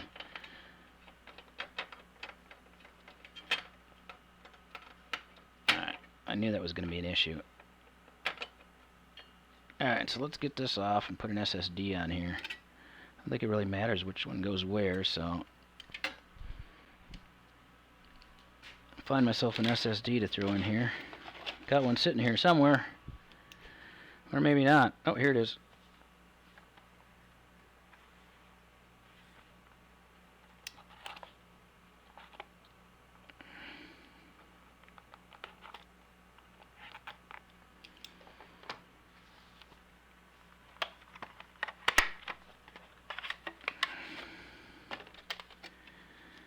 Alrighty.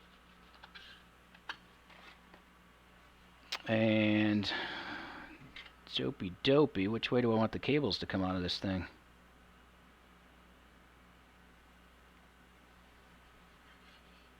That way or that way? So it probably doesn't really matter, but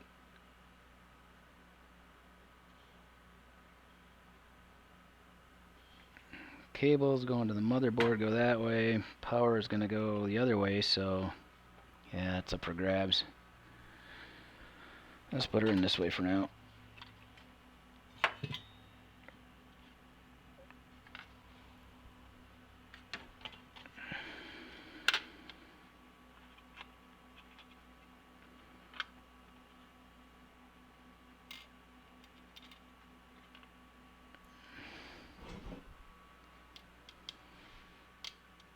You would have them come from the bottom, so I was putting it in the other way.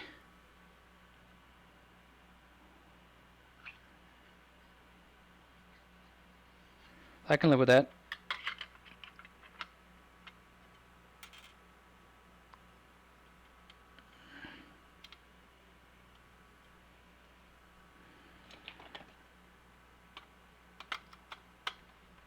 Alright, let's get over here so you can actually see the craftsmanship.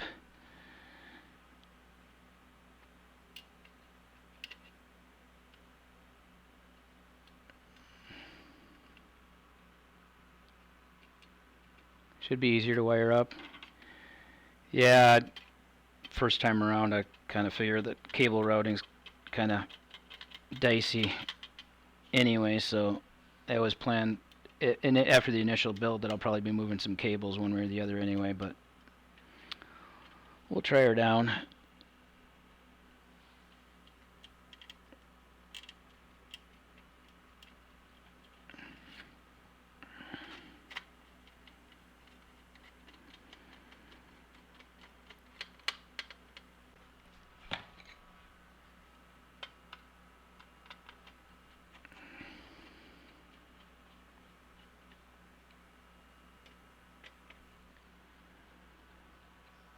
Exactly, craftsmanship.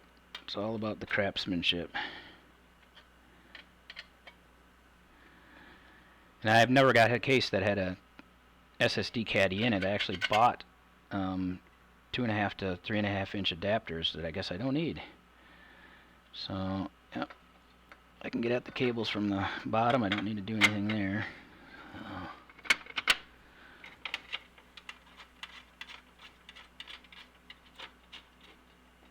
Alright, so we got that done. Yeah, I'm not totally digging this modular business, but I mean, it's nice to not have the extra cables that you're not using, but the initial routing is SSD holders make you bind the power pretty sharp.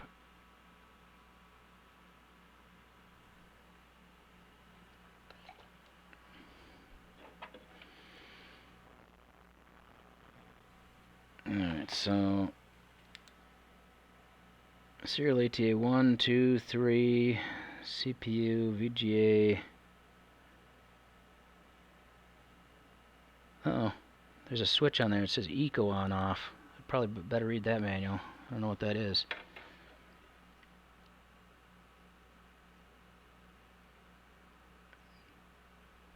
Alright, CPU 1 and 2 I got, so I think I can... Yeah, I won't risk it. Oh, bend the power, yeah. I don't think I had problems bending it before, but let's see. I've got a couple serial ATA cables here.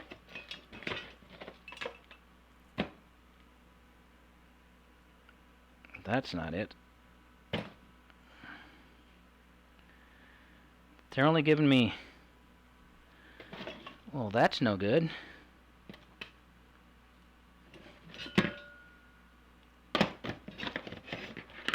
Oh, they did give me 3. I was going to say, they sure didn't give me any serial ATA power connectors. That's 1, 2, 3. And I guess I do a regular old style power connector for the other stuff. So that'd be 1, 2, 3, and 4, I guess. So 4 is the... Oh no, there's only serial ATA 1, 2, and 3. How many connectors do I have here? Oh, okay, there are more on each one than I thought there were. Alright, so I only need... Only 3 of them on that one. Only 3 of them on that one, but there's 4 of them on this one. What the...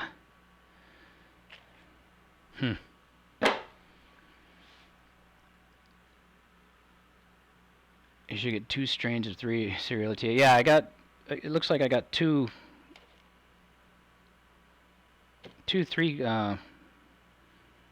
serial ATA connectors, two of the 3ers and 1 of the 4s. Which I don't know why you do 3. would think you'd do 4 on all of them, but... Alright, so this one says peripheral. So there's a plug for that one.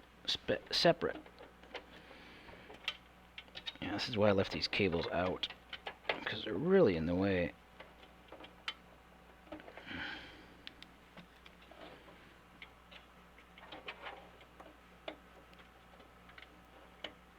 Can't see in there, my hand's in the way.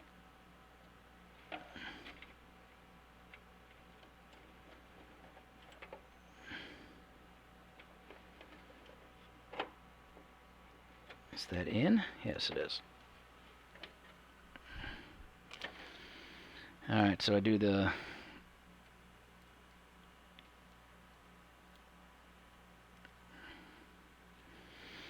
Which one do I want the 3-pin connector on versus the 4? I'll put the... Let's see. It's pretty much a crapshoot too. That's the 4-pin. I'll put that on 2.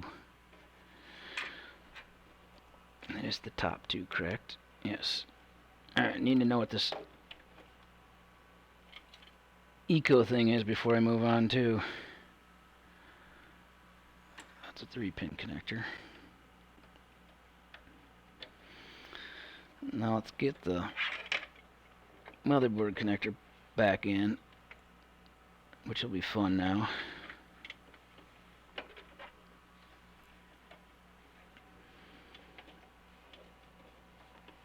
Since there's no room.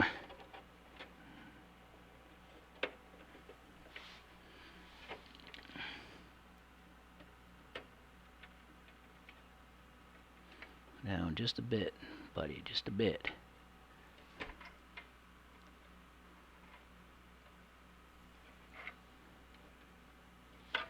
Yeah, what's peripheral stand for, though? That one there.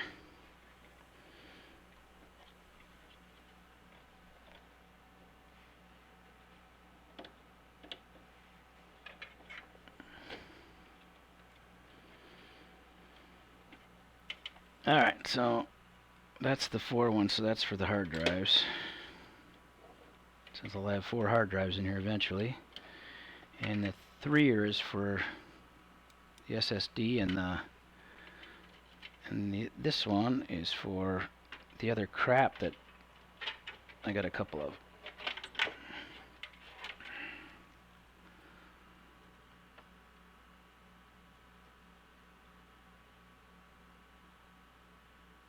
Four-pin module not used really anymore. Well, they're still used on. They've got, you know, like I got a couple connectors in here for the old style for power for I'm not sure what. Maybe that hub, I think.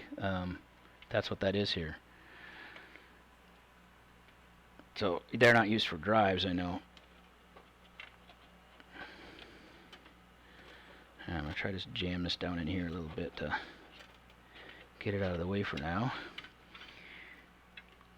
And use that one. SSD. Get that out of there.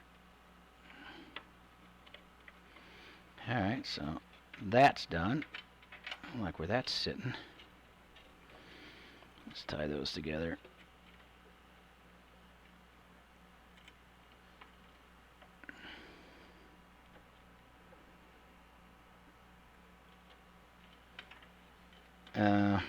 Not that jazzed about that either, but we'll figure that out as we go. So, serial ATA.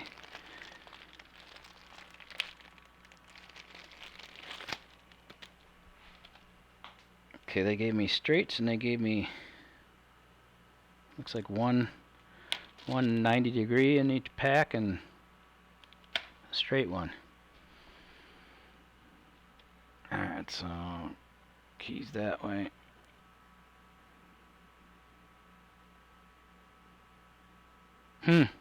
Well, sorry about that. OBS looks like it bit it a bit, so streaming off.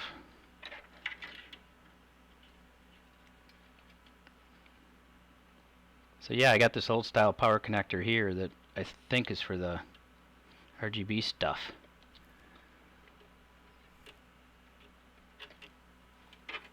Don't really want it sitting in front of the fan, but serial ATA, that one. So back to the motherboard, what do we got? 13, 14, and 15. 1 and 2 are 15. So that's that one. And then which one's which, now that I can't see them because they're sideways.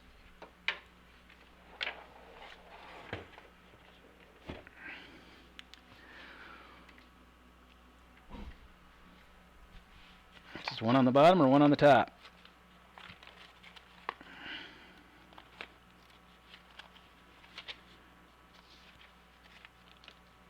I don't think it matters that much, but here we go. Doesn't really say. It doesn't give the orientation on the board, so.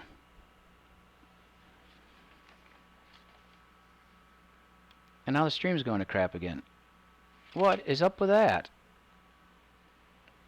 It's kind of coming and going.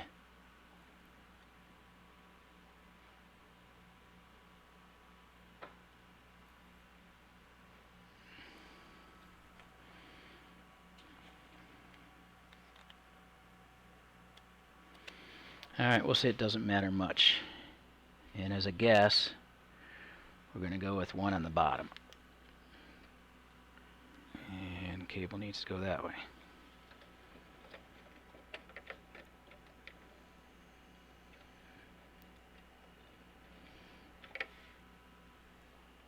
That's right. Oh, did I? Yep, that's right. I'm not wild about that, but just try to keep moving. Yeah, I don't know what's going on with the stream, but totally locked up.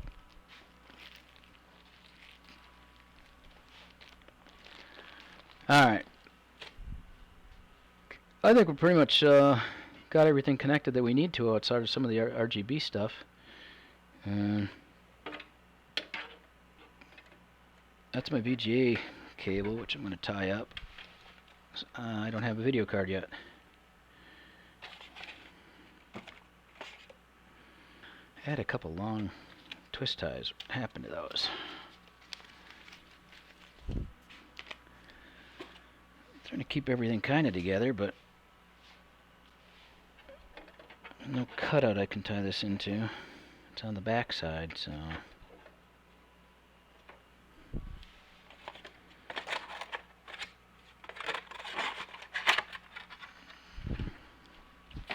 Alright, I don't have an end game for monitors and stuff here either, so I'll have to figure that out, unfortunately. I didn't think far enough ahead.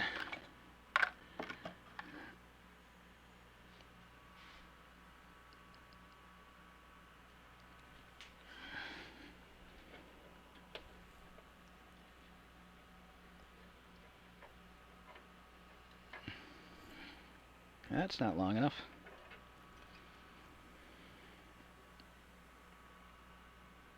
Yeah, this OBS is...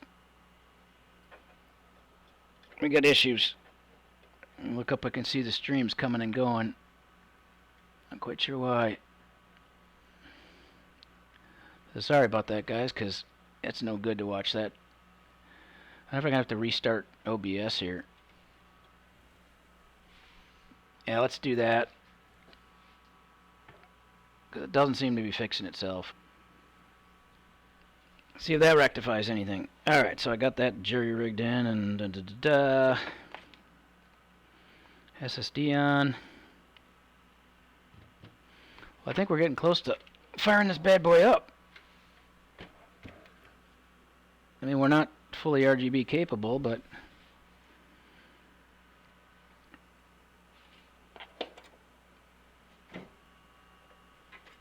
yeah, I'll leave it down this way. Since I blocked the camera if I got it set up, but I got to figure out monitor and keyboard and everything here. The monitor, keyboard, mouse.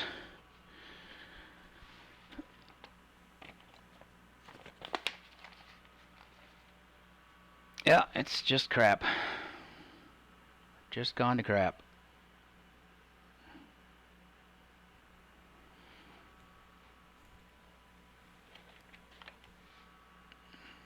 take a look here and see what I got going on since the stream's gone to crap.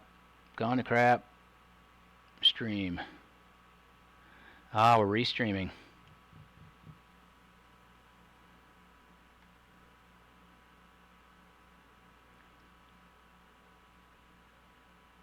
I've restream screwing me.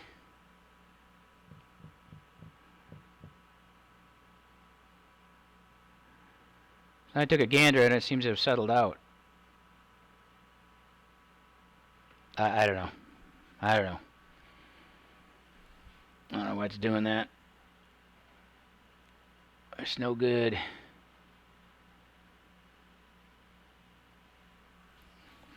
Alright, yeah.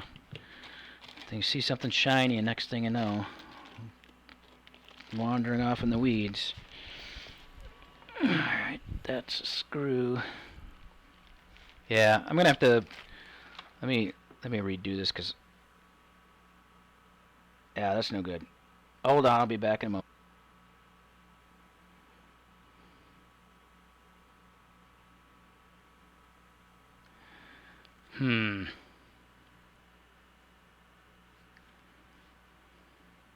Any better?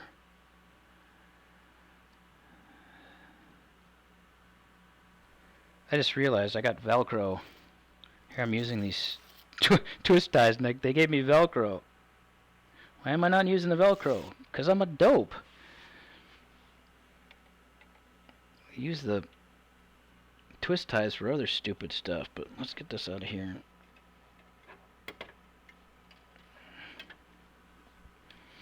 I don't know if this will go around, but I'll give her a shot. Yep, just barely. So I'll do that.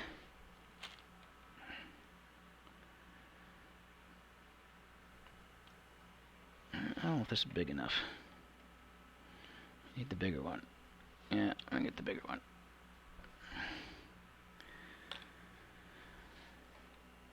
Just gonna loop these up.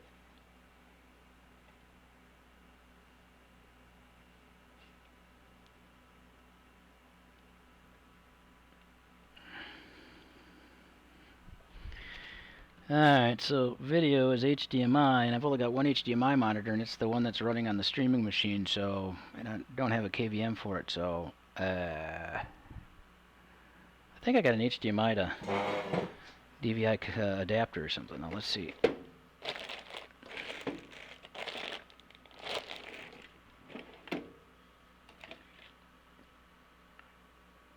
That's what that looks like.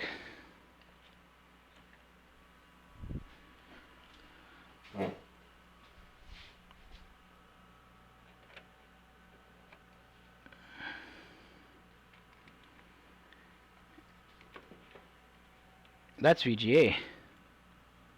What's on this KVM? See, I told you I didn't have a contingency scheme for...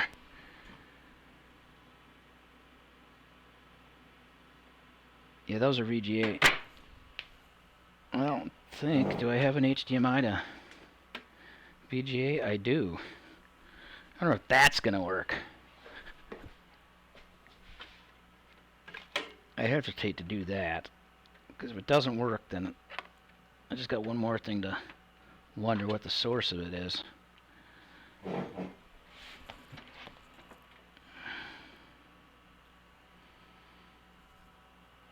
Alright, I gotta route this back up.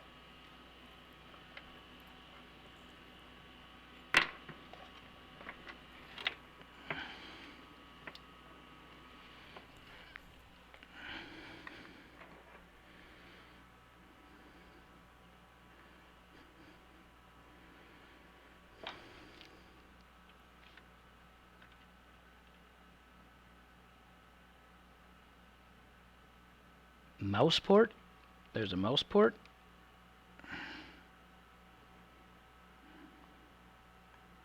Yeah, that's that one.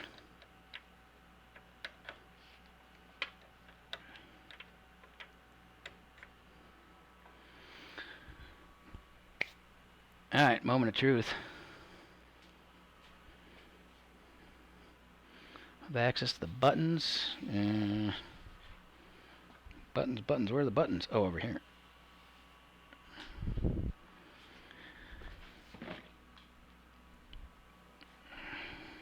Oh yeah, I needed to look at the thing and find out what that eco switch is before I do this.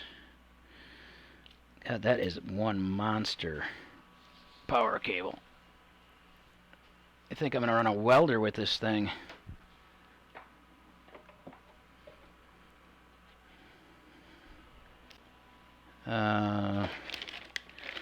Where's the manual for the power supply? Oh, there it is. It flipped on the floor. Alright, let's take a look at that. Let's see what the eco setting is. I have no idea.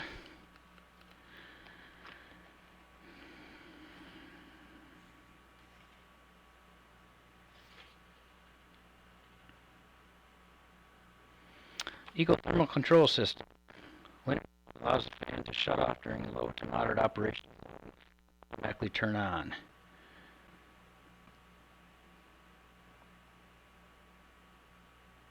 So do I want that, or do I not want that? Why not? Why wouldn't I want that? I think it's off. Yeah, we'll leave it alone. It doesn't really matter. It'd be good either way. Alright, big question now. This is 4. I gotta switch this.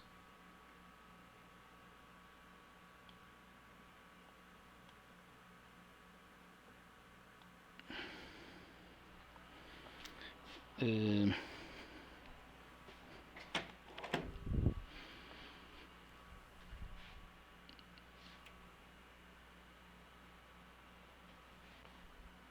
look at that. There's lights.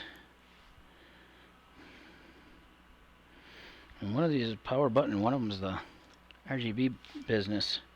It's that one. Alright. She's flashing, doing funky stuff. It's a good sign. I gotta find my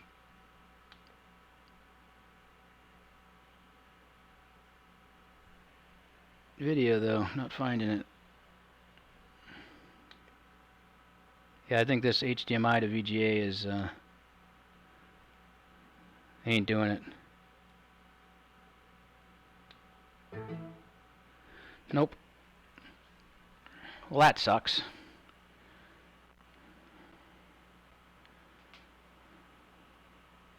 Okay, I'm gonna have to figure out a different monitor solution here. Like I said, I only have this one HDMI monitor, and it's not on a KVM or anything like that. So, how to do?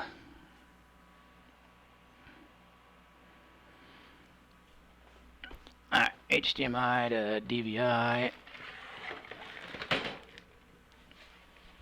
It's DVI, DVI. We'll get on another monitor. Boy, that RGB is... it's all over the place. I don't really have a place to put this stupid monitor. Let's turn that off. At least it didn't blow up. That's always a good thing.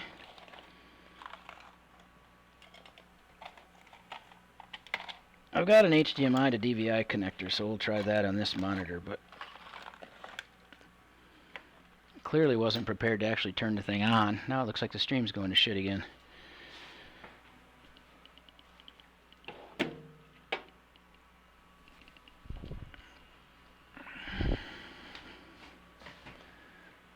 And do I have a DVI cable in here? No, of course not. Of course not. Got VGA. Yeah, no DVIs. Alright, well, I gotta go retrieve a DVI cable then, since that ain't gonna work.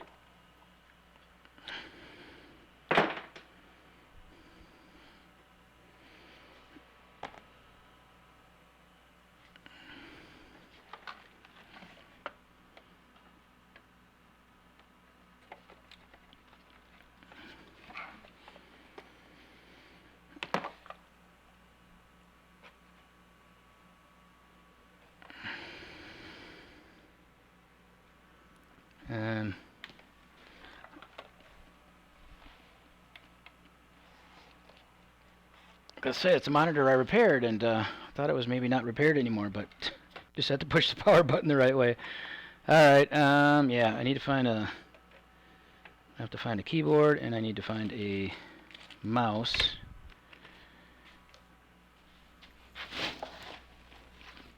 And I need a DVR cable, so I'll be back in a moment. I gotta dig through a box some distance away.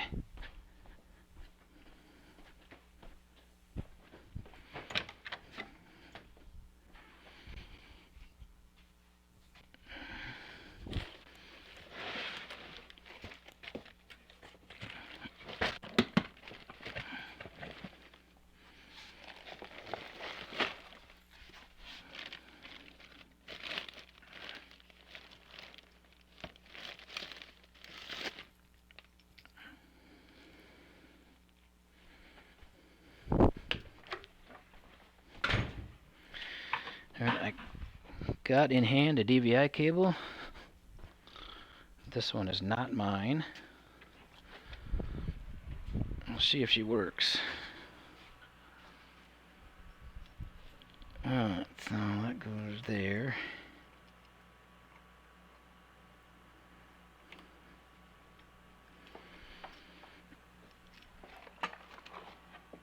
And I should have also retrieved a keyboard and all that neat stuff, because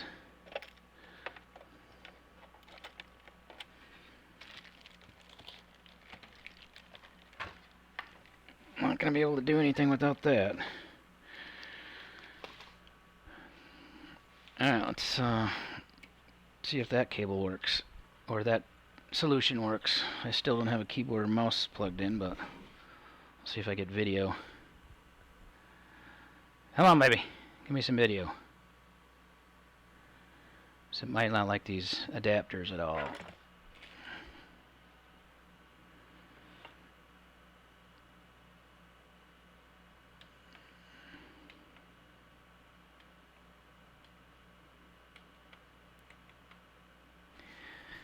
Well, it's not a good sign, but I don't know if this is an auto sensing.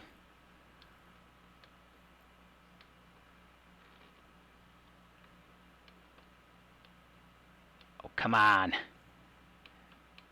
Not even get the menu thing here.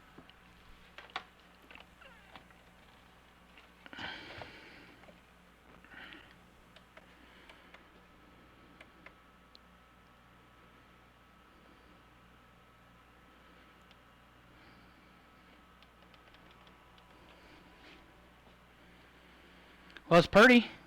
Lights are pretty.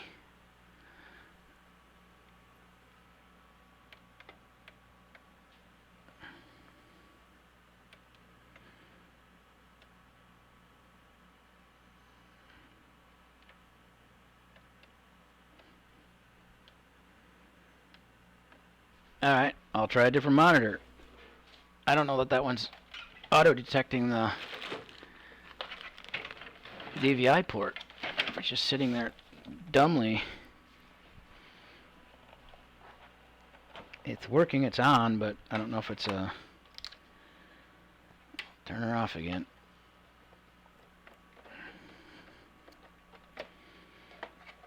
The menu button doesn't seem to be working. Since I repaired it, I have to suspect that maybe I don't have it back together right. That the button isn't, the plastic button isn't contacting the switch inside the case. We'll try a different one. PC build went fine. Just this has gone to crap.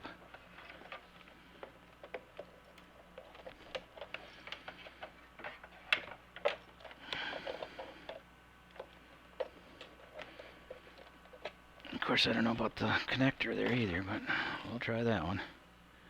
Okay, is it on? On. Contact. Go.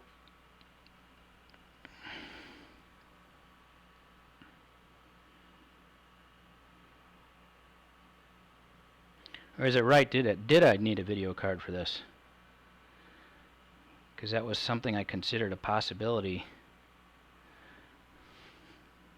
It's supposed to have HDMI, as far as I know. Do I actually have to have a mouse and keyboard connected for this to... turn on the display. That doesn't seem right either, but I guess anything's possible.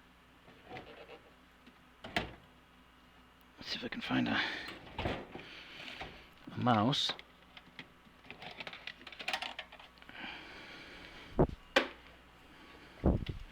There's a crappy mouse.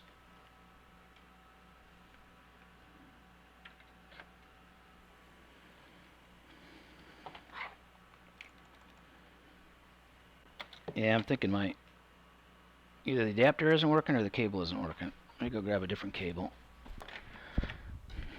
It's not going well all of a sudden. It's just not going well.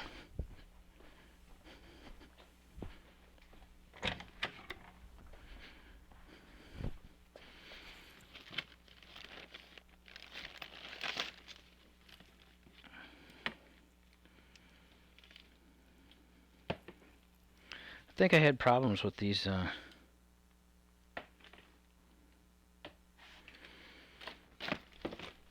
I'm not sure if it was this one or the VGA, but I did have problems with these adapters, so it's highly suspect.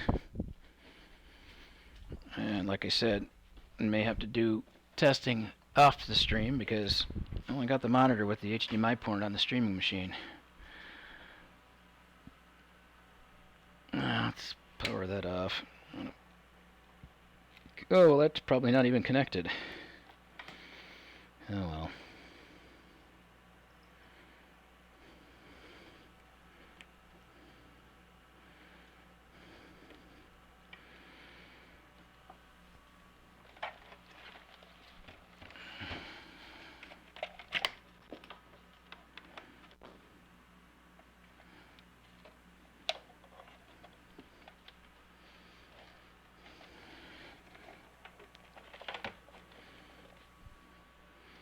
Alright, try her again.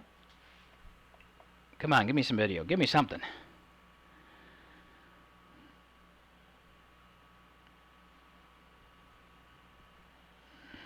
She ain't give me much.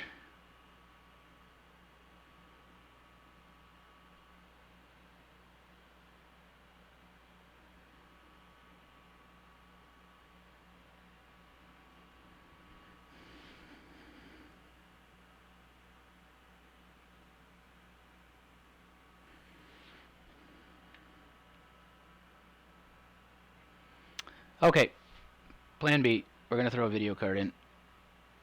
I don't have a good one, but we'll throw in one just to at least get past the notion I need a DVI port, so we'll get past the possibility that there's something else going on there, that maybe the video card, the HDMI doesn't work. I had suspicions that it might not before because I thought I read something about it, but I'm a Ryzen noob, so RGB noob, Ryzen noob. Now I just have to find my box of old video cards. Is that this one? Yep, that's the one. Alright, what do I want to throw in my brand new machine here? What crappy video card am I going to throw in there? What is this?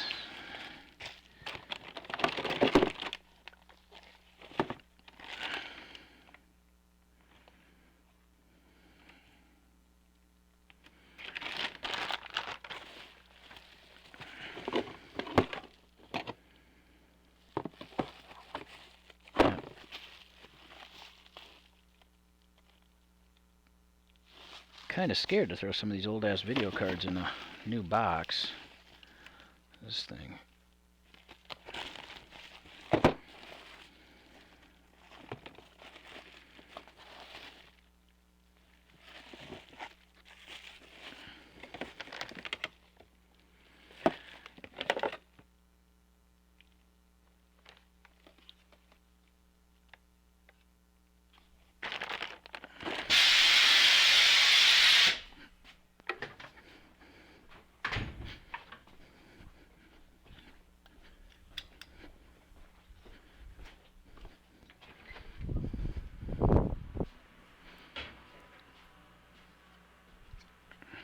Alright, I found myself an old crappy video card. I'm scared to put an old video card in this thing, but we'll see.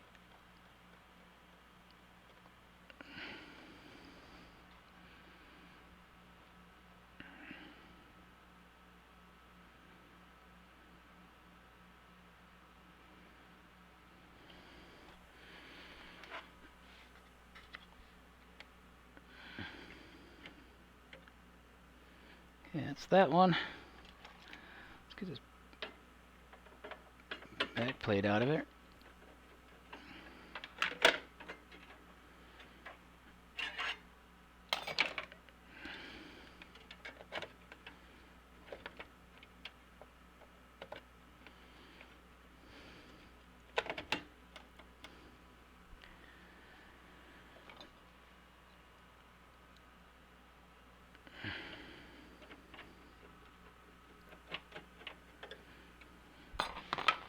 Probably ain't the smartest thing in the world, but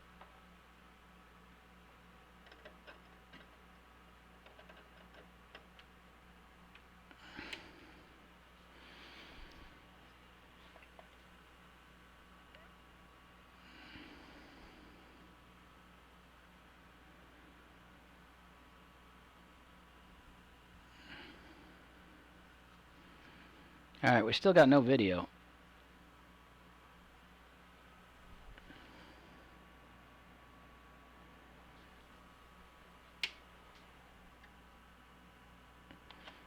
But that's not to say that video card isn't crap.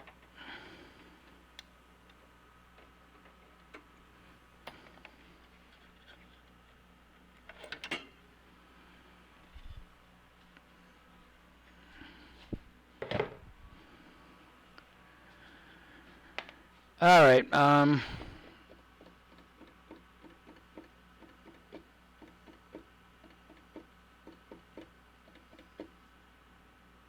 I don't know what's going to happen if I unhook the monitor from the streaming machine, so, but I think I'm plumb out of options here, so that is what I'm going to do.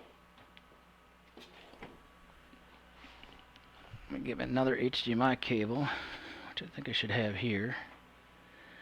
That's USB.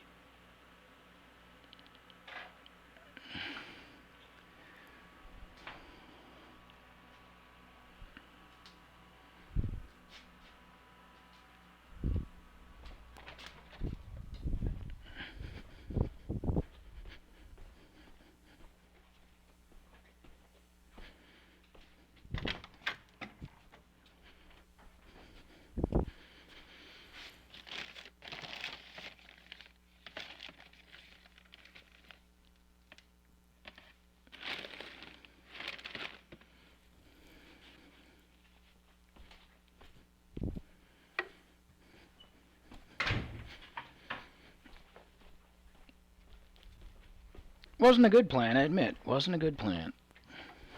So now I'm gonna hot connect and disconnect HDMI cables and probably do all kinds of stupid crap now. So which one's the HDMI? This one. Oh, wait a minute. That's not connected via HDMI. What the? Oh boy. This is the HDMI monitor, is it not? And then the stream's going to shit again.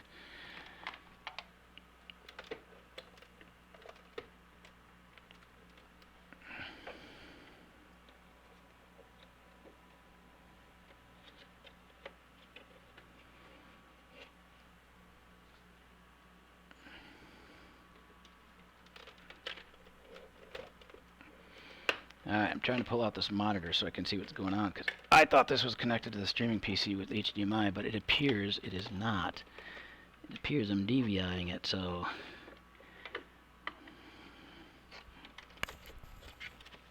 Where's the stupid HDMI port in it?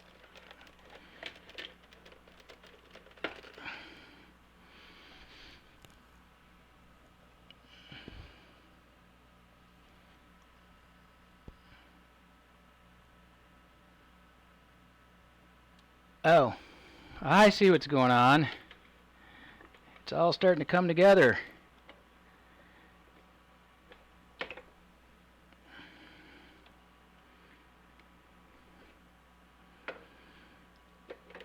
Now I see what's happening.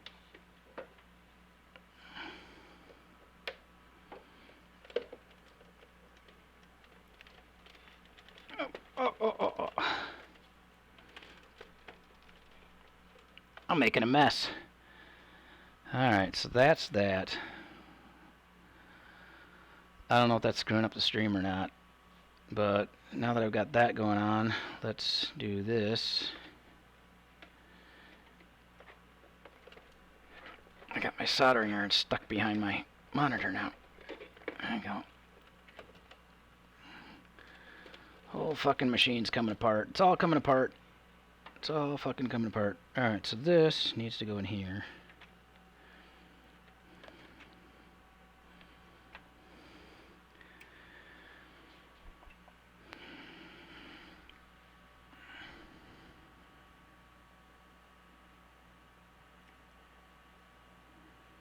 Cable not connected.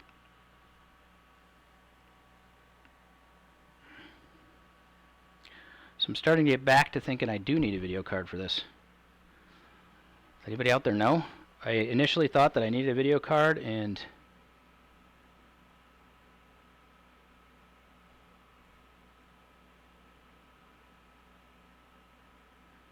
then I thought maybe I didn't, but I'm not getting any video out on the HDMI.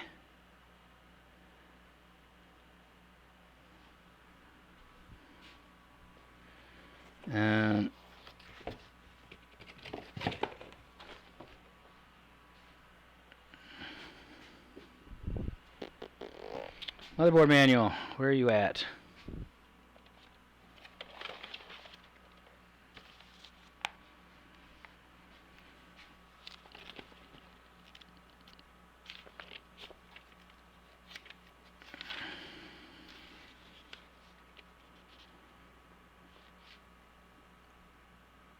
Supports HDCP with HDMI port. Supports 4K Ultra HD with HDMI port. Supports HDMI with max resolution. Integrated AMD Radeon Vega series graphics.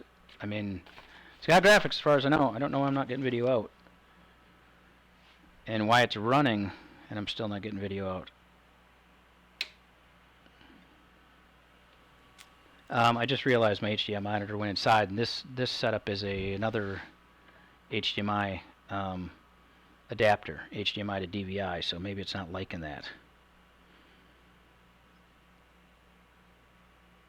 So wonder if I do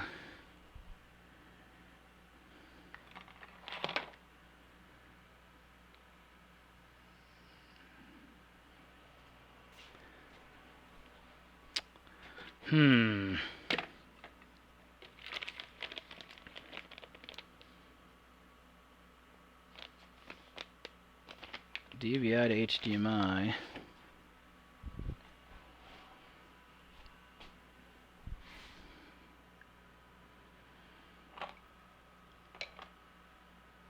Alright, well, yeah, I can't.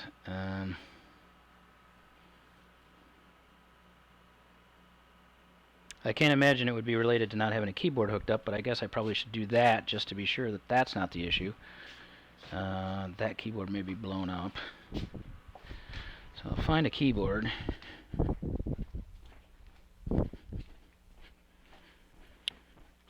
Yeah, the build went fine. This is not going so good. Keyboard. This one.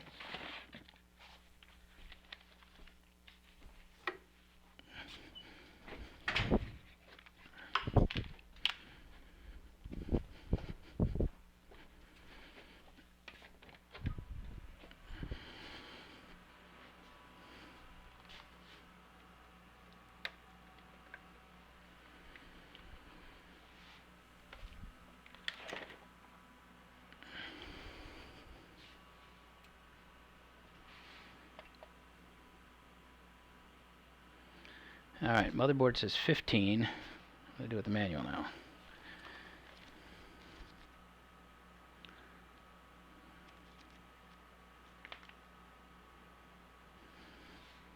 Zero 06 and then shuts off.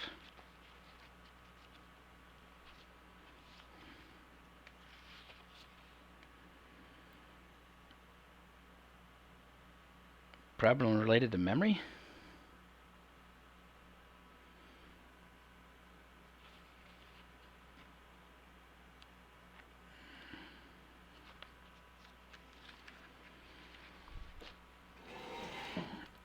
Alright, I don't know what's going on here.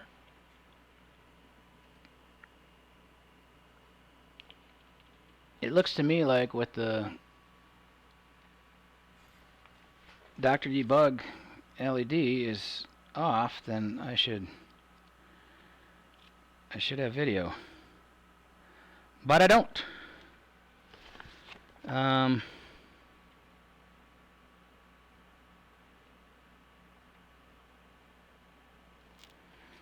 got an HDMI front panel plug, but I don't think that goes to anywhere on the motherboard here, so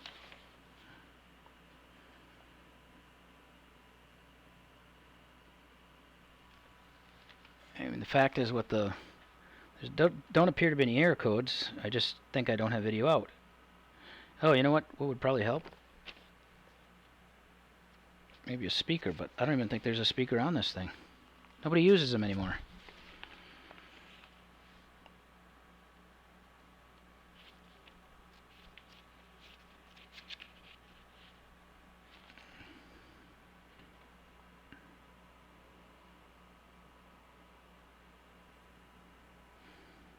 Oh, you know what would really probably help is if I actually had the video hooked up.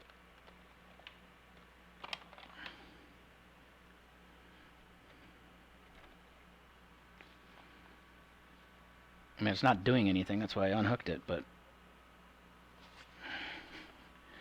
there's no reset button.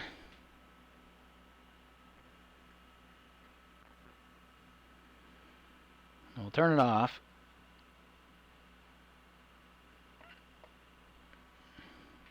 Oh, come to think of it, I do have a proper HDMI. God.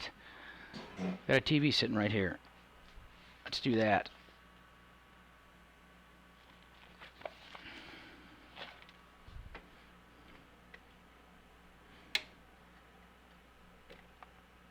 Okay, my HDMI adapters work just fine for everything else, so that's why I'm thinking there's something else going on.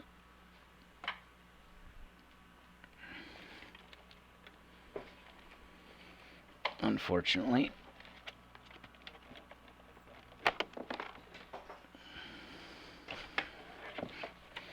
I get this monitor out of the way.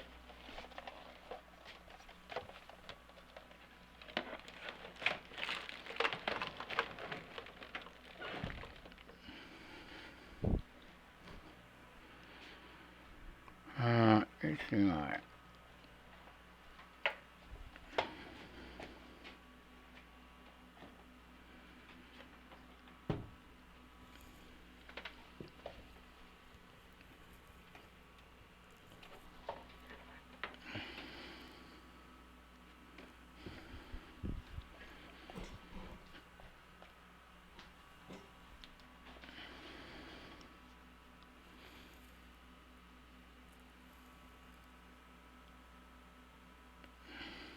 HDMI 2.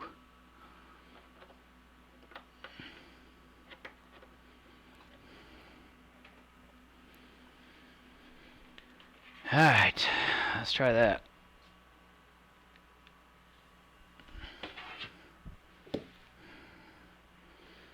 I got a mess here.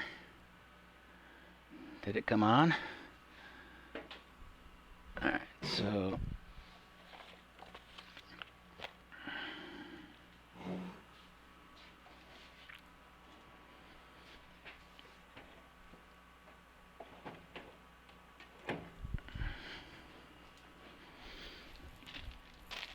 well, son of a bitch. Now I've lost the remote again.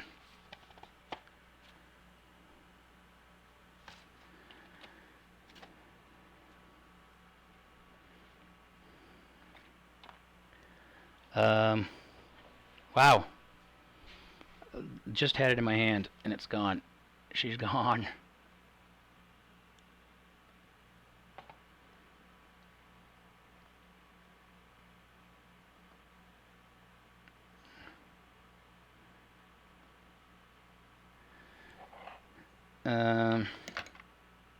Help me out here.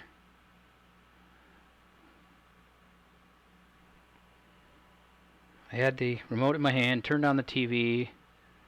Pretty sure I set it somewhere over here, but I don't see it. Oh, I did not. It's over here. Alright, so input. I'm going to go HDMI 2. Let's fire this thing up again.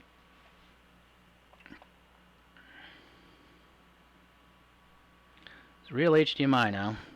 No signal.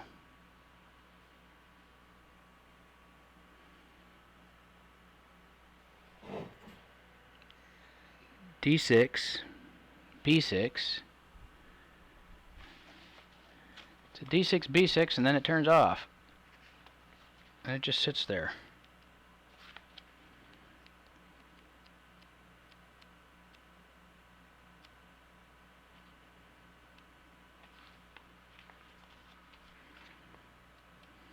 Dr. Debug. D6, VGA cannot be recognized. Please clear CMOS and try installing and reinstalling the VGA card. If the problem still exists, please try installing the VGA card in other slots or use other VGA cards.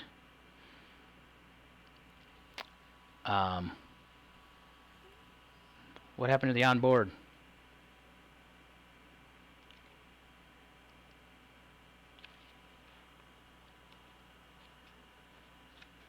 Alright, CMOS jumper is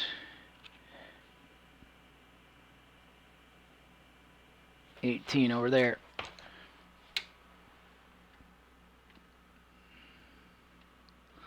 Well, of course, there's no jumper there. Did one of these screws fall out of the power supply? Where'd an extra screw come from? The world's an imperfect place. Screws fall out all the time.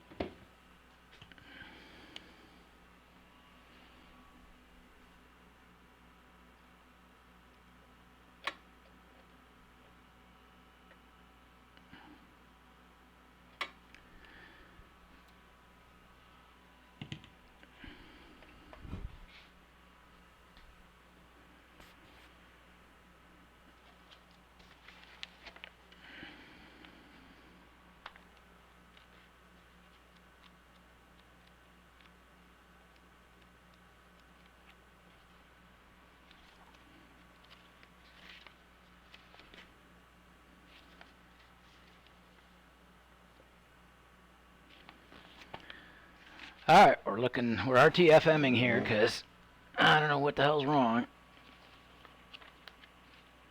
I don't appear to have any video out on the HDMI.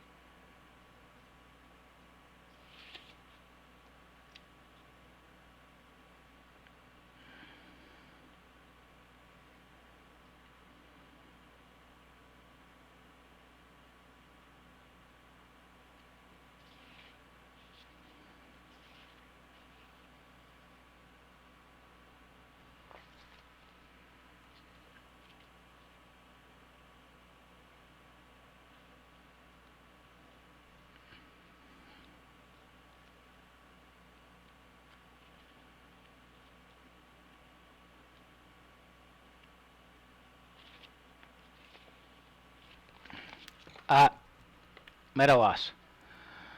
I am at a loss here.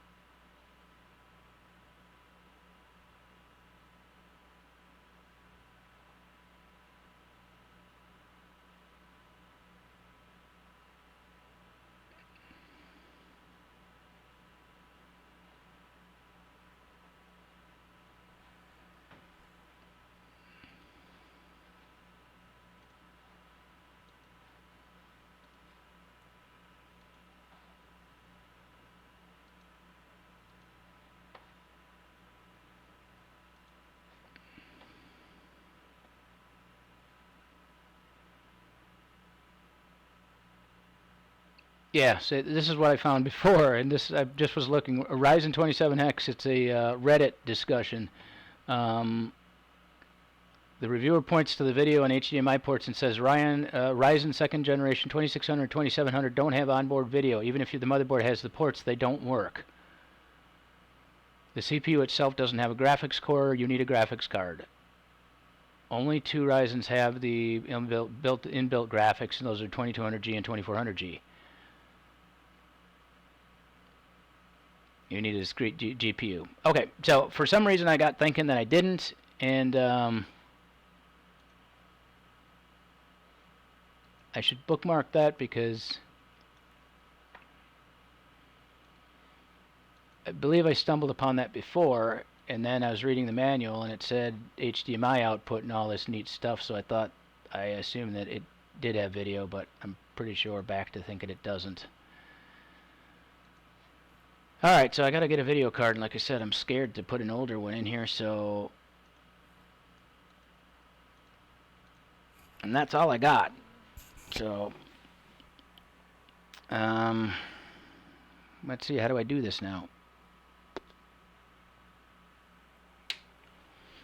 Somebody else was talking about incompatible memory, but I don't think that's the problem, so... Let's disconnect this.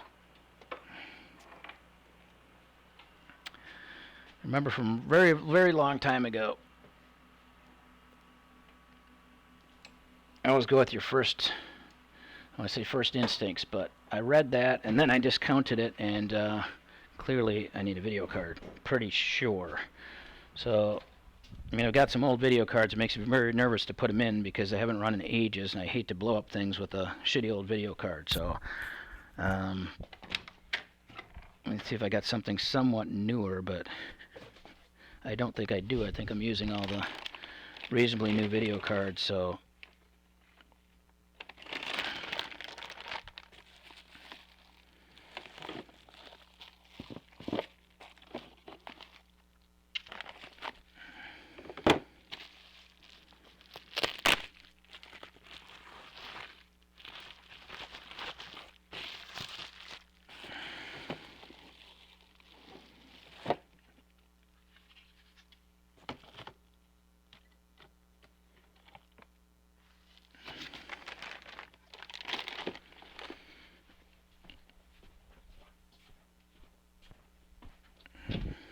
Very, very scared.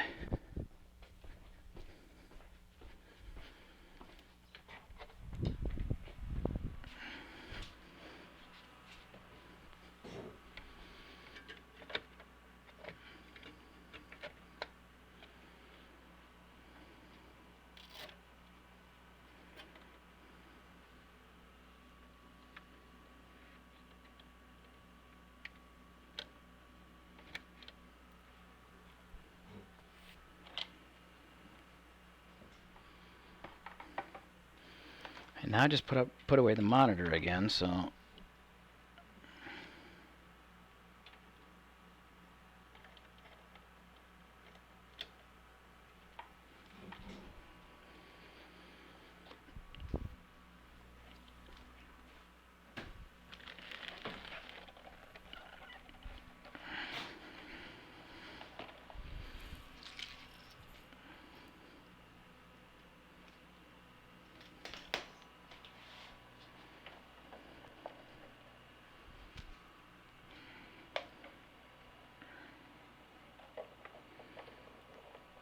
And then, of course, this is an ancient video card, so between it blowing up the machine and possibly, you know, being unreliable, how do I debug that? So that's why I'm not a big fan of this idea, but I'm plumb out of ideas, so... Let's see if the fan even spins up on the thing. That's a good sign.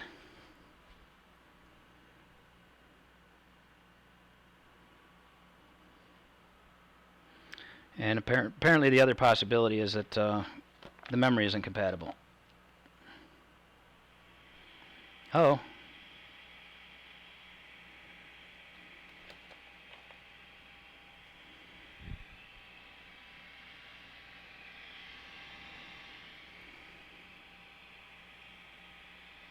I mean, I'm not getting any debug errors on the thing, so I would expect that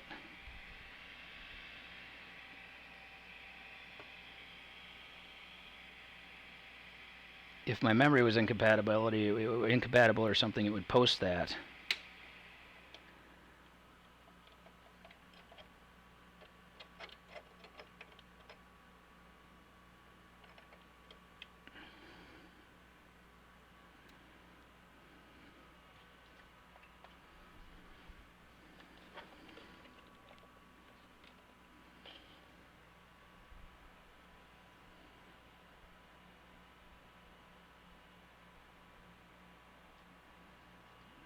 Saying D6, and then it shuts off.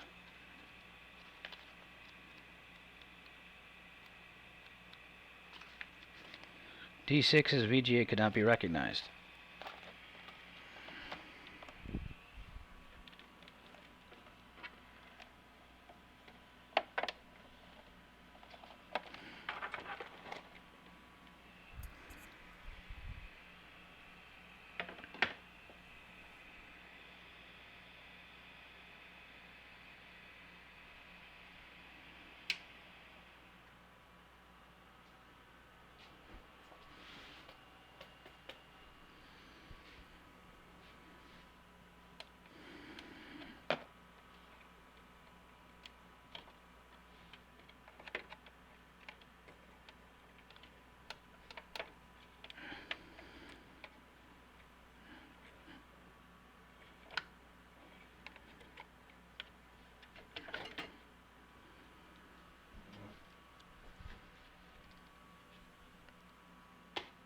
Okay.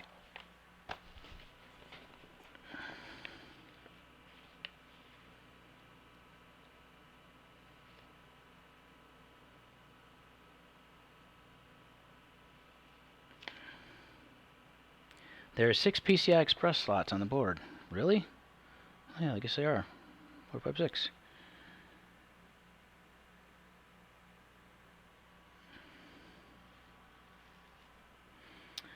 It says PCI 3 is used for PCI Express X1, X16. Maybe I need to use the other video card slot, since this thing's so ancient. That one.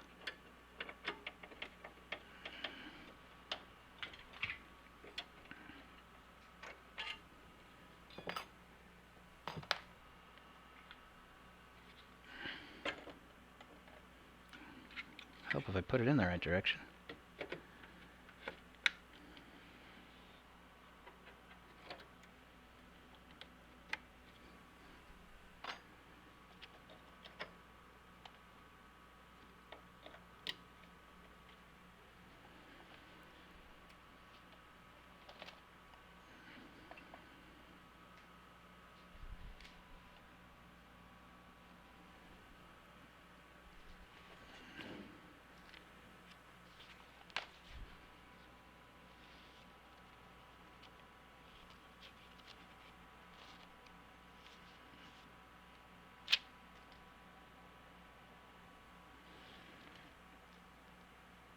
Now it's saying B2. Well, still going. Shut off, no video.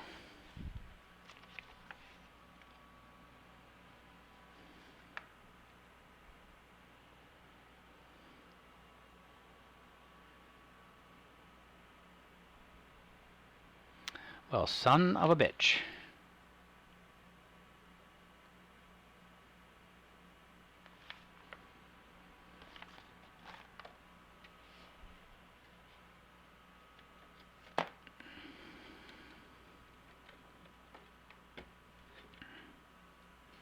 Alright, well I didn't really want to do it. I have a newer video card in a machine in the house, but I really didn't want to tear it out and...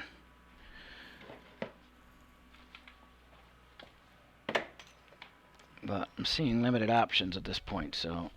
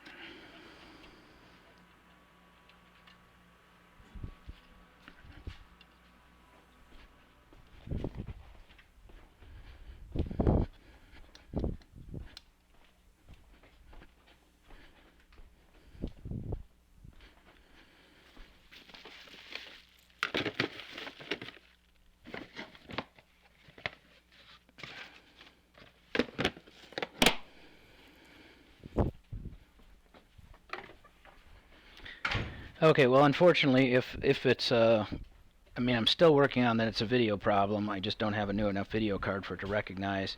If it is a memory problem, I would think I'd be getting some sort of error code that would indicate that, which I don't appear to be, at least not the.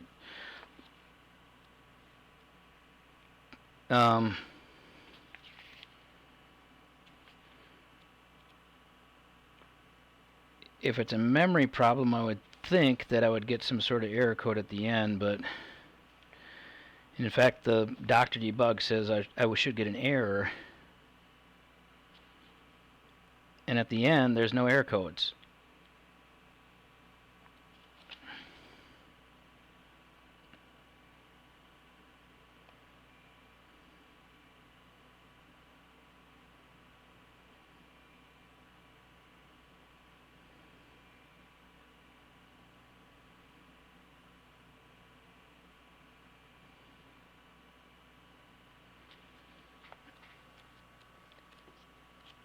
So I don't think it's a memory error just based on the fact that I'm not getting any error codes, but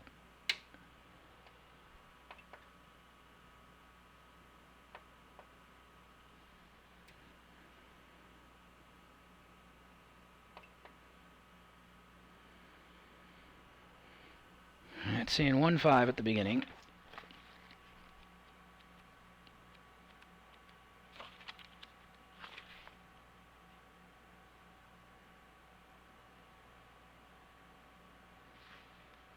$99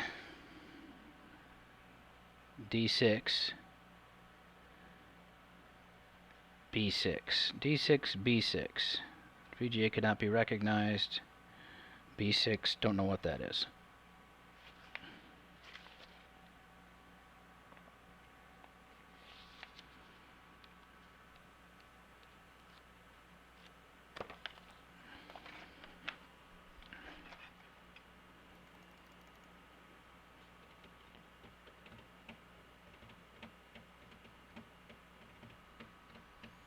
Okay, well, I'm going to have to do some more research because it appears that it's working, but it's not working. So, not quite sure what's going on here. Don't know if it's a video problem or a memory problem or a combination or what, but I'm going to have to do a lot of experimentation, and since we're not making any forward progress here, there's no point in continuing the stream. So, unfortunately, we're going to have to wrap it up there with a machine that has no video. And maybe worse, everything else seems to be running. The RGB certainly seems to be running. And like I said, without getting some error codes on that, I guess I'm thinking that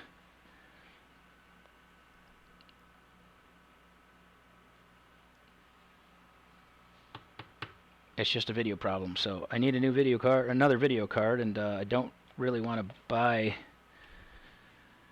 It wasn't in the budget for a video card. I was going to swap it out of the other machine, so I can't do that now. Can't till I transition and everything too. So, like I said, that's going to have to be it for the build for now, anyway. And we'll have to see what else. Yeah, I don't. I have to do some research about bad memory modules in this motherboard and everything too, and see if I'm supposed to be getting that error code, because I don't know. Without an error code or anything, I'm kind of hard pressed to think it's not memory. But I have no video, so got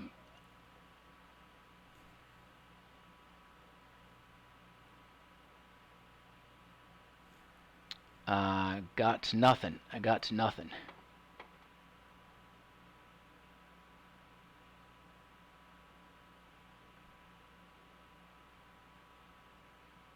Can I check out your build? Does your build work? You think it's the RAM? Well, I don't have a video card in it either.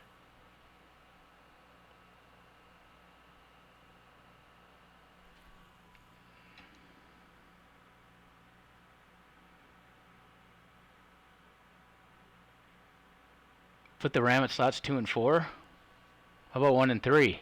Does it make a difference?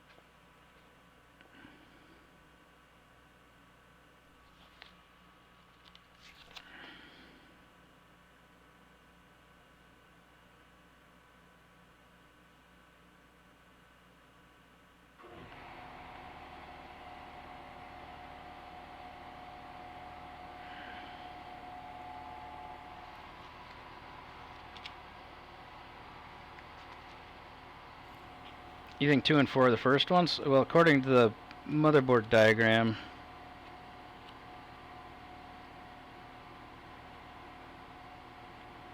this is DDR4A1, DDR4A2, DDR4B1, DDR4B2.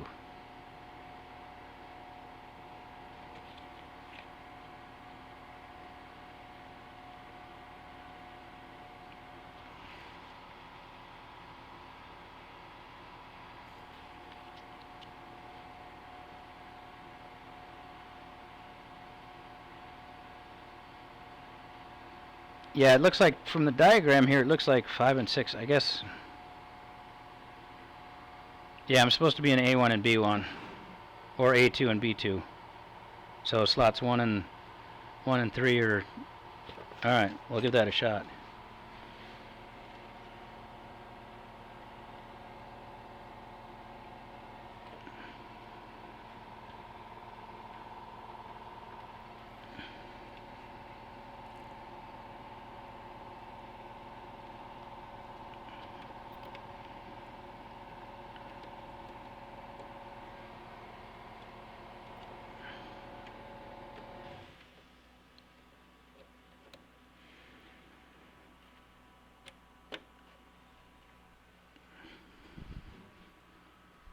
We'll try that.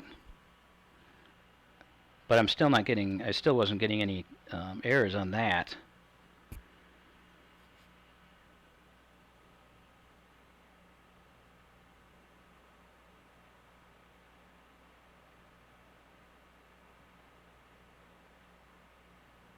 So D6 is no VGA. And then I get a 0B. And it shuts off. So 0B, we don't know what that is. D6 is no VGA.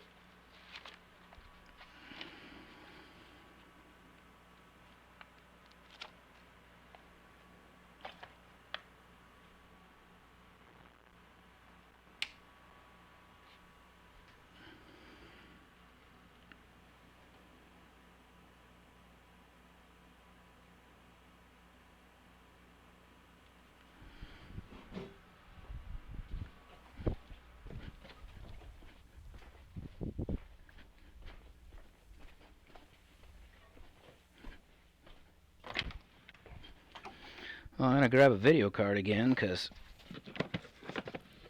still don't have a video card in there. One of these, the fan spun and one didn't. I'll try this one again. I mean, this is an ancient video card, but I don't have another one on hand. This is a 7950 GT. You want me to put them in 2 and 4? Okay, I'll give it a shot. Got nothing to lose.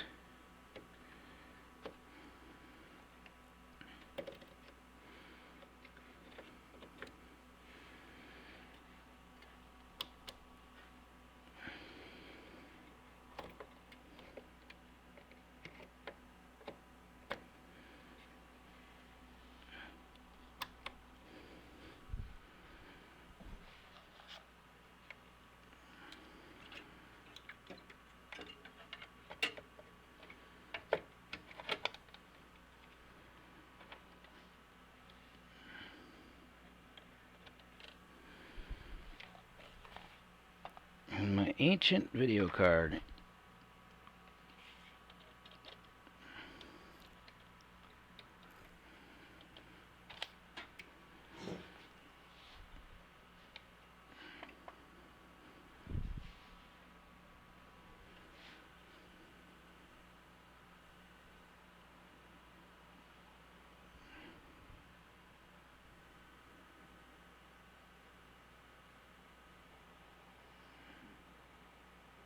Still got no video.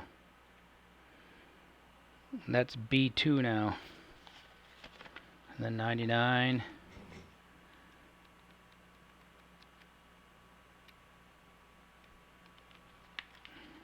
And then it shuts off.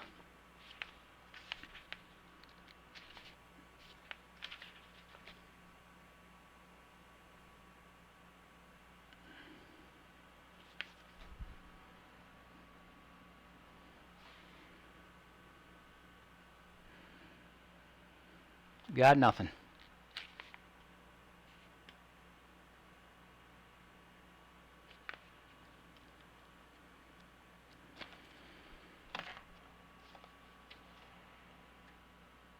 But unfortunately, testing with the video card that I don't know for sure works either is silly.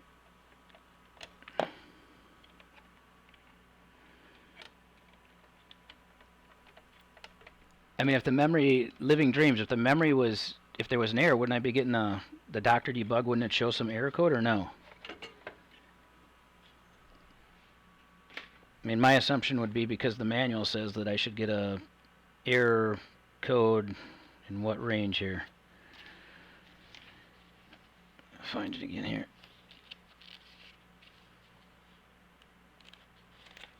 What the hell was it? Anywhere from 01 to 54 and 58 to 60 were the codes that problem related to memory. Or 55, memory could not be detected.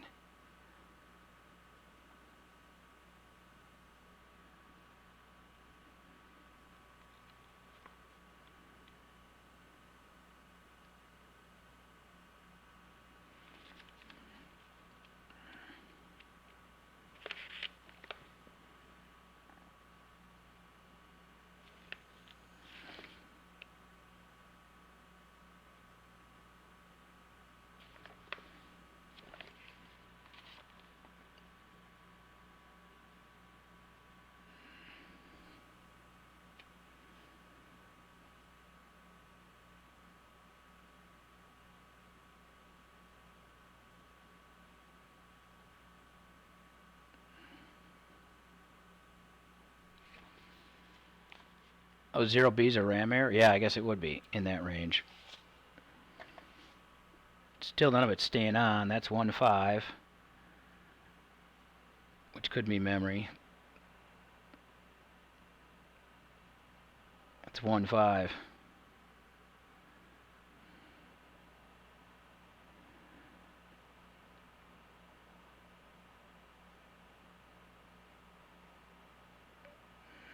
Zero B, and then it turns off.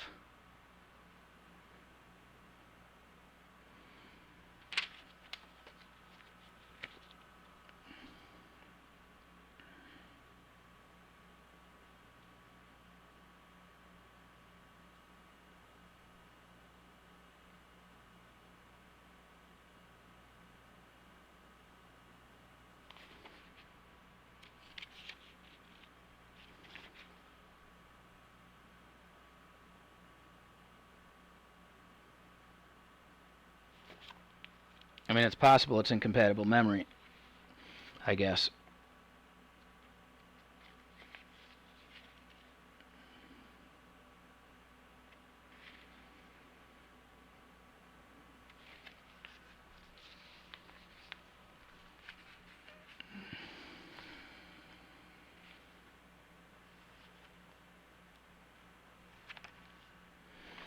All right.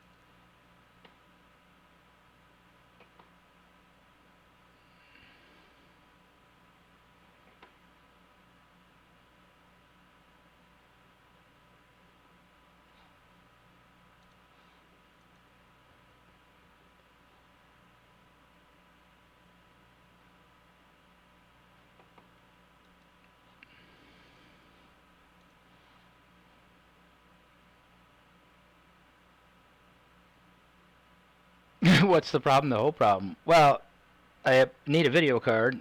I went back and forth on that, but obviously need a video card. And the video cards I have are older, so that's a great unknown. But I have no video. It's not sticking on an error code or anything, so you could see the various debug codes flashing on the display. Nothing stays on.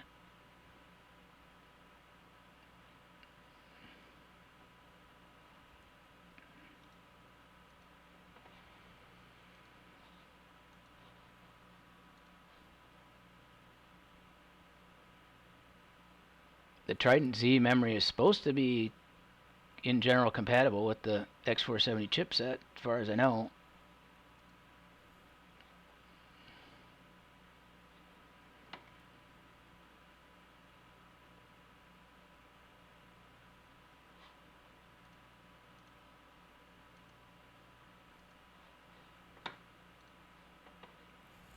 But outside of that, I don't know if it's going to work with an older video card, period. Anyway.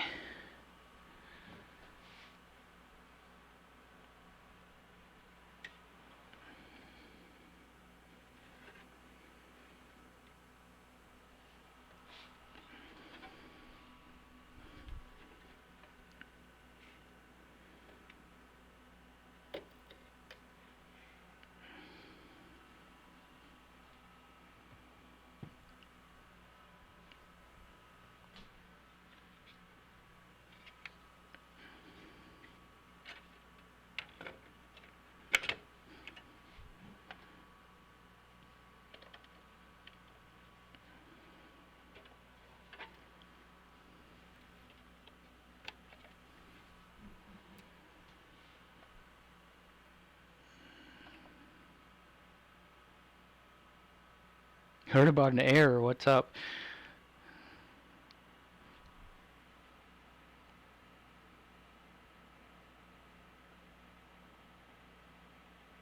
D6.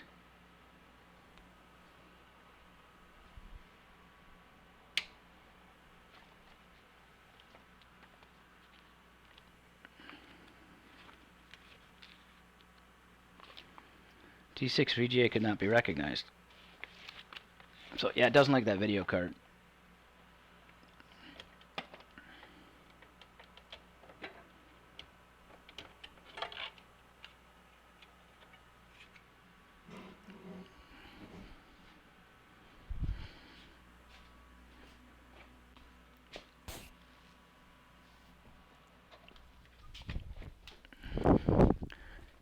Yeah, the video cards that I have that are newer are all in use in other machines and elsewhere, so I'm going to have to try to swap out. So I bought a video card from another machine, I think. So that will have to be another time, I suspect, because I don't know what I've got. Some really ancient PCI Express video cards here, which I hesitate to put in to begin with. So.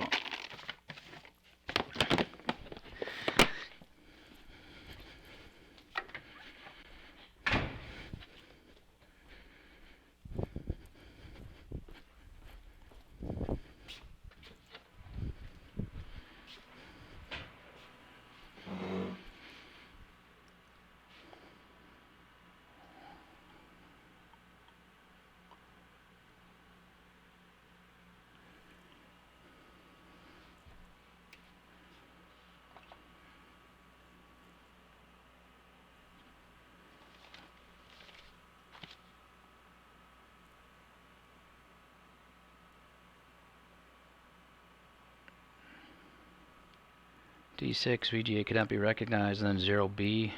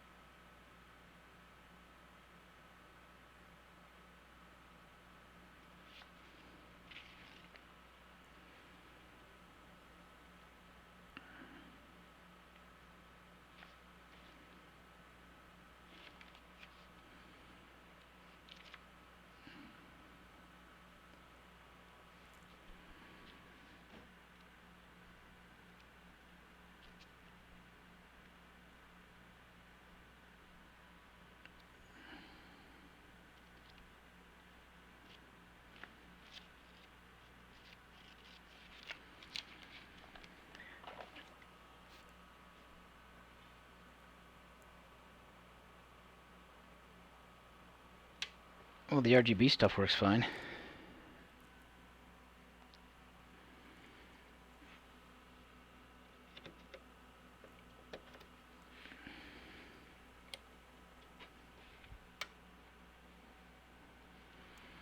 Alright, well, I'm going to have to pull a video card out of another machine, I guess, to go any further with this, so I can't think of anything else to try.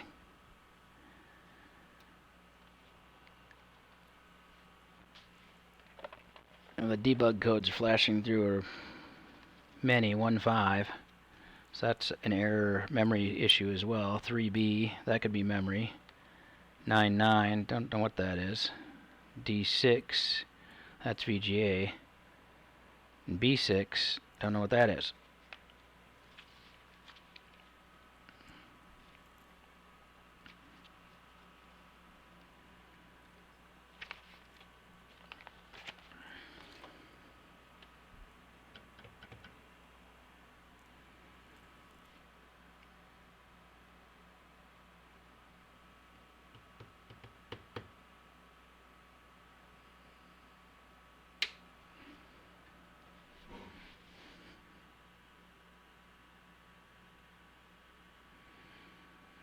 Alright, well, I'm going to have to go see if I can get a video card, I guess, out of another machine, so I'll be back in a bit.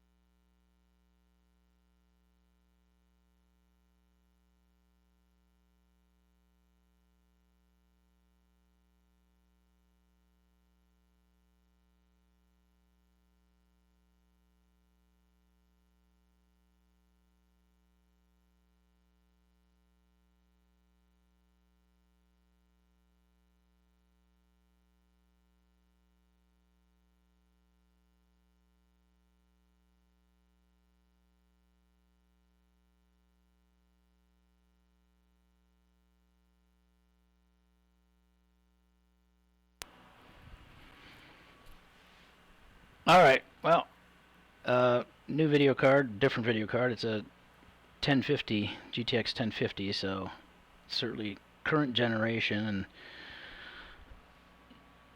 got no change. So unfortunately, we're down to, I guess, memory problems. So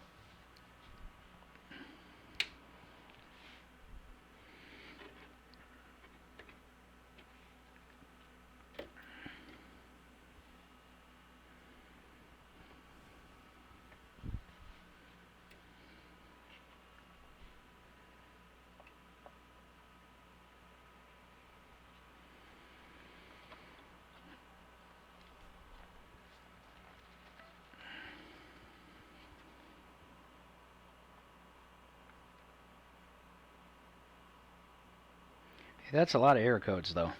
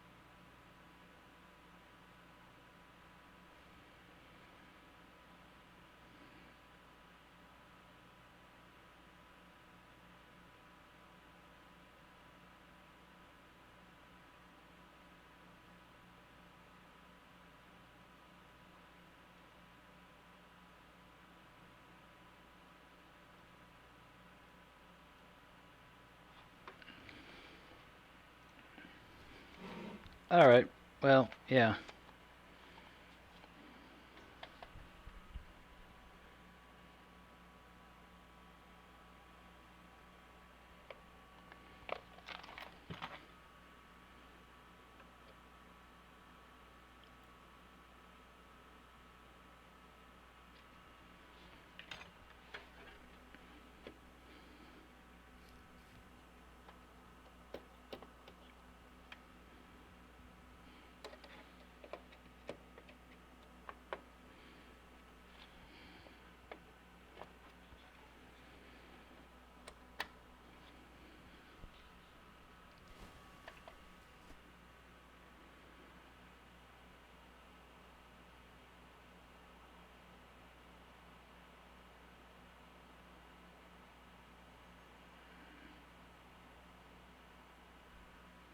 And that's a crapload of error codes if those are all error codes.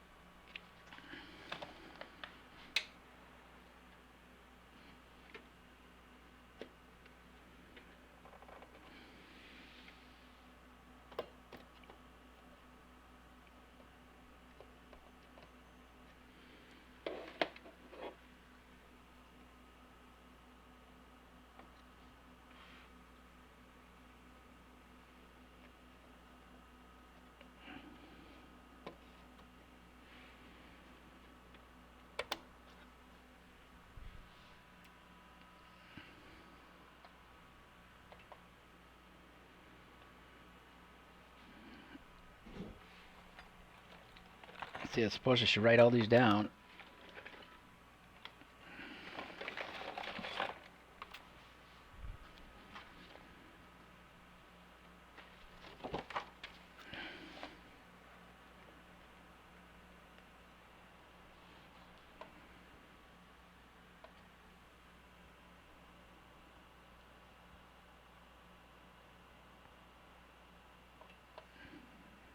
I got 1.5,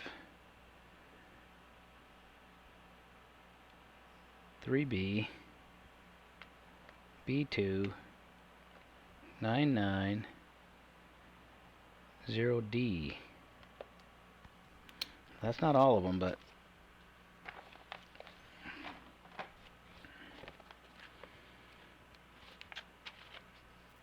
one 5 could be memory.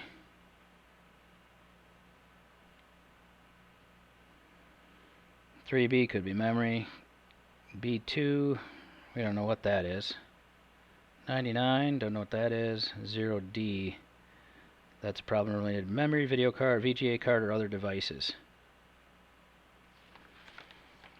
So, thinking it's the memory.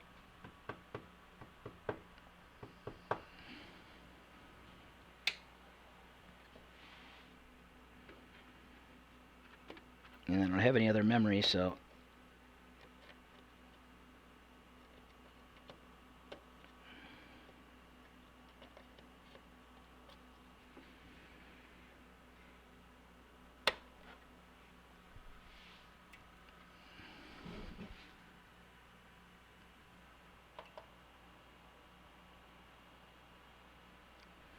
all right, 1.5, 3B, 2.7, B2, 99, B6. So that's different. That's a different error.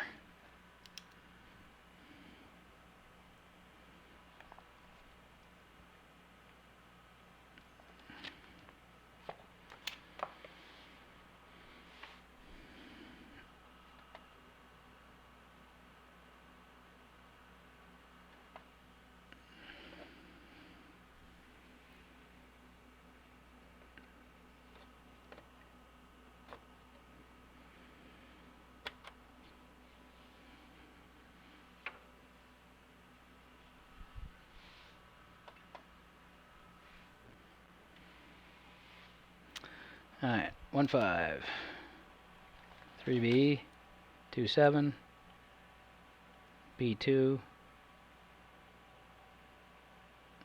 0D.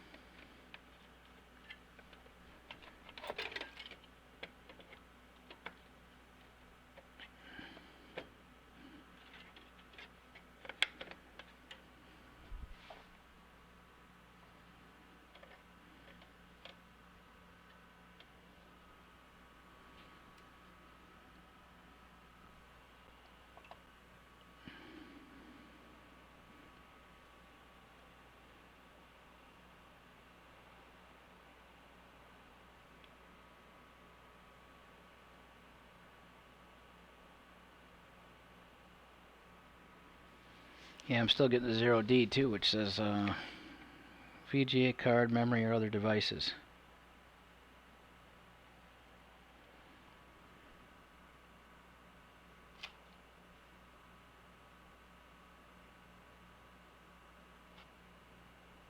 And they're all in the memory range too.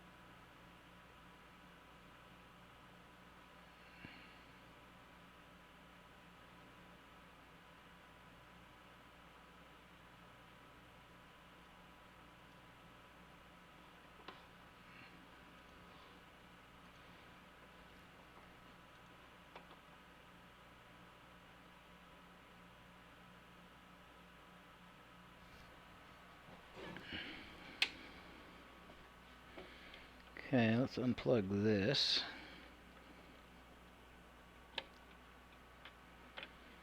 Uh.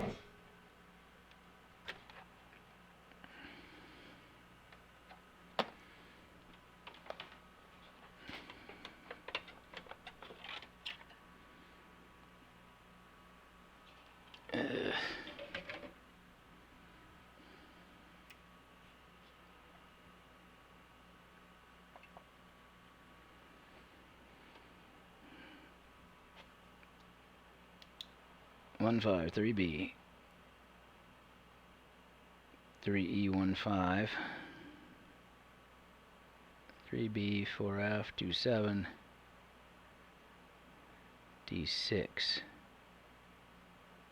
0B. Oh, that's a D. I'm upside down.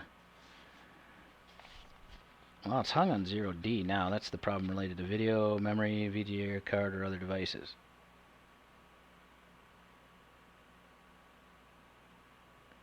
Huh, that's interesting. So now it's actually hanging on an air. Wasn't doing that before.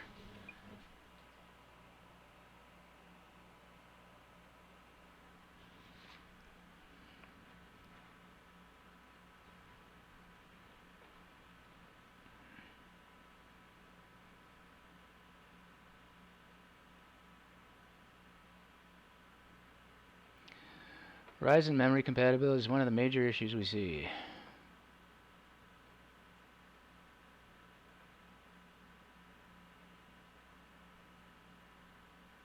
Should be able to use A1 and B1 or A2 and B2.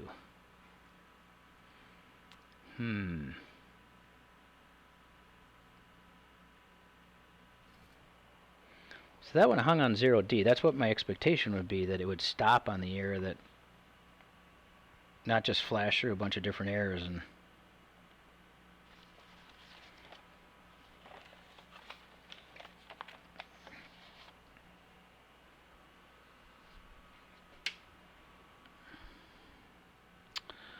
so let's do this.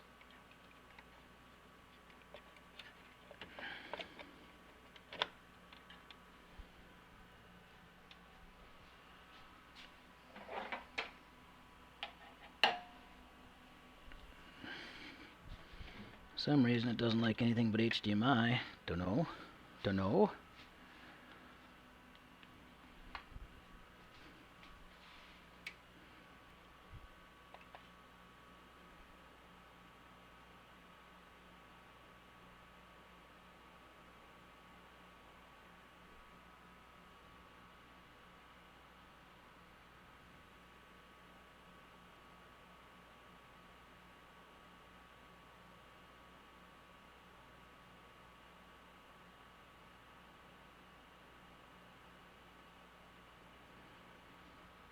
Hey! You gotta be kidding me. You've got to be freaking kidding me. It works on the HDMI port on the video card, but not on the DVI port. What's up with that? So all those errors, that's what my expectation would be it would get stuck on something. Well, it's showing a 0D error, which is a problem related to memory, VGA card, or other devices, but I do have a display. So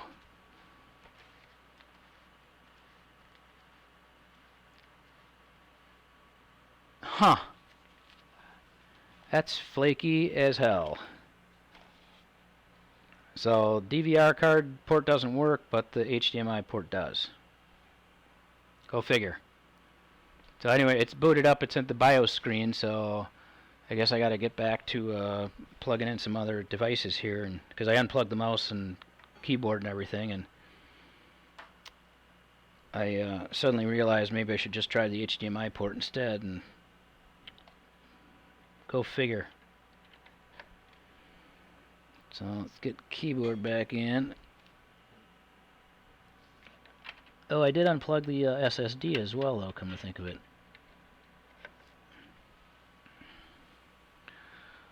Does any of this stuff work? No. Does it not like that being plugged in there?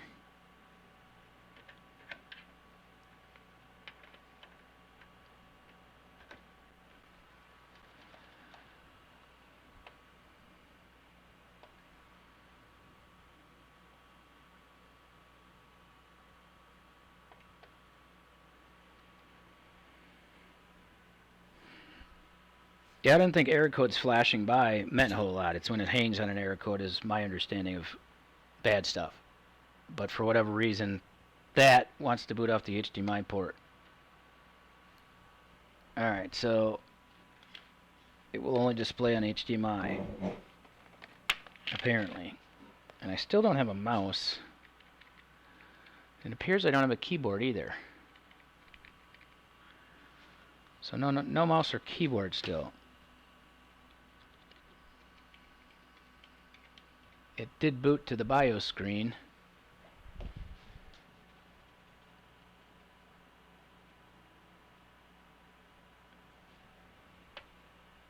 I'll try another USB port.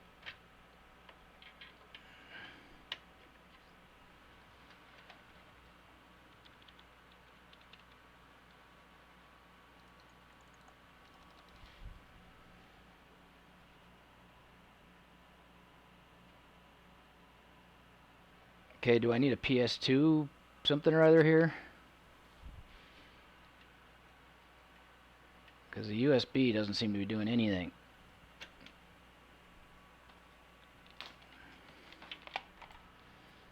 And I know I read about some flakiness with the that was solved by using PS2 stuff, so maybe that's what I gotta do. I'm not sure that I even have a...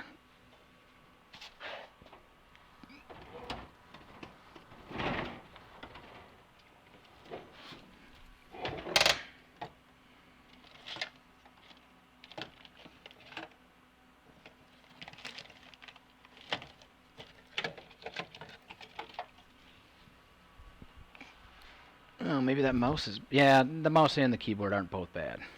The odds of that are pretty slim. So this says Fatal1ty mouse port. Not sure what that means.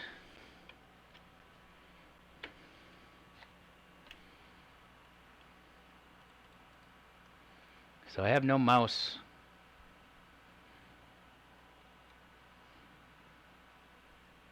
Doesn't seem to be detecting the mouse. So let's get a PS2 mouse and a PS2 keyboard.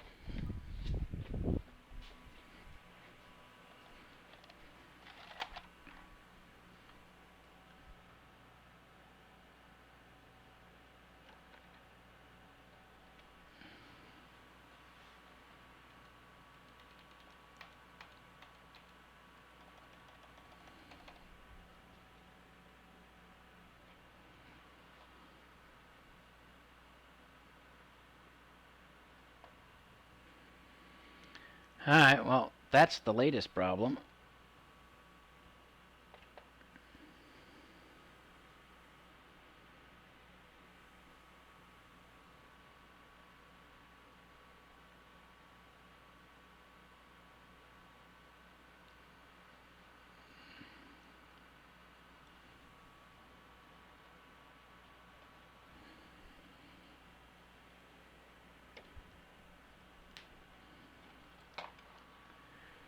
Alright, well, yeah.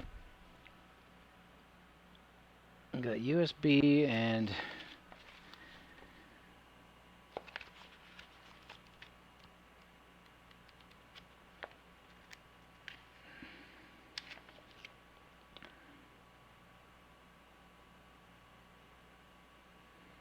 they're all USB 3.1 ports apparently. The Fatal1ty mouse port is number 13. I don't know if that makes a difference.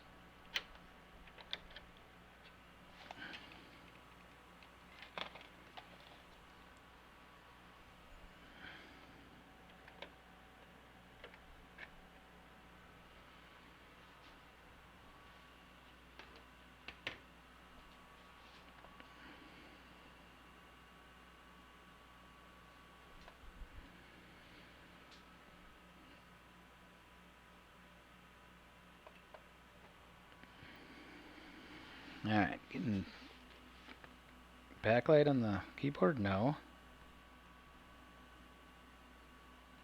There we go.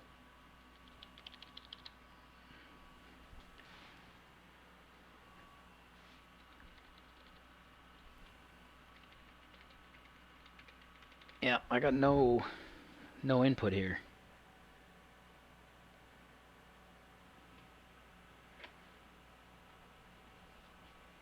The mouse doesn't work, the keyboard doesn't work.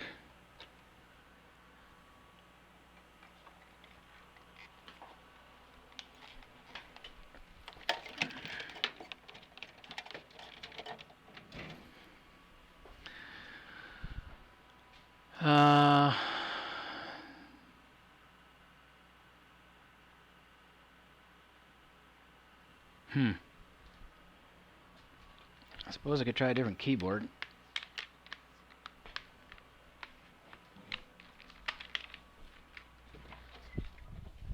I had some flakiness with this before, which is part of why I've got pulled out of service, but I don't know. Let's see, what other keyboards do we even have? Nothing handy. I got a bunch of keyboard boxes, it looks like. Doesn't help.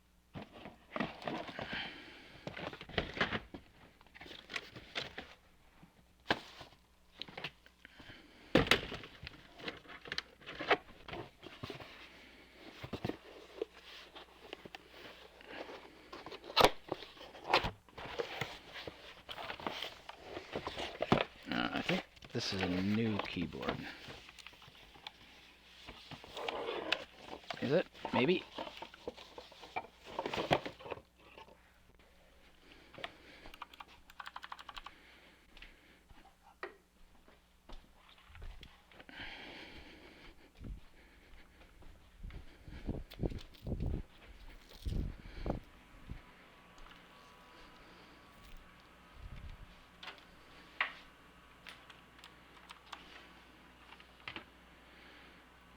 Okay, it's stuck on 0B. I don't know what that is.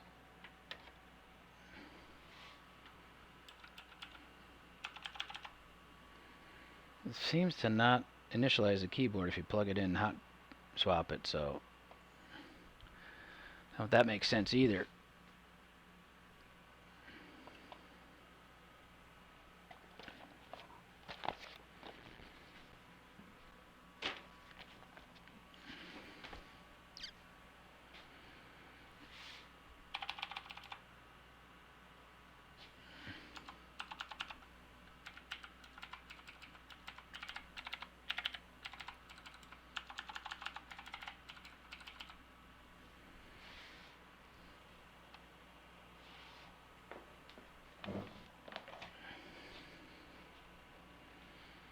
Okay, the keyboard's getting me into the BIOS, or the UEFI BIOS, but it's not doing much else.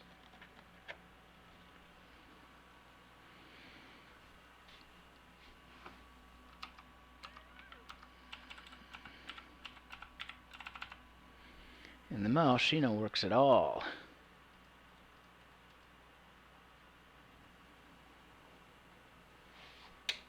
Alright, well, I'm going to plug the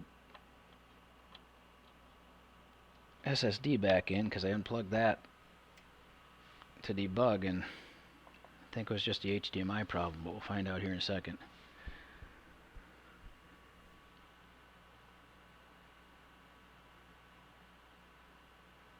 Yep.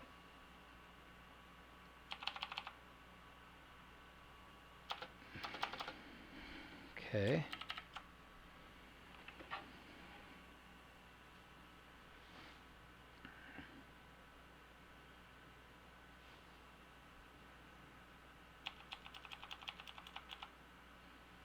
Okay, I'm in the setup, but I can't seem to move.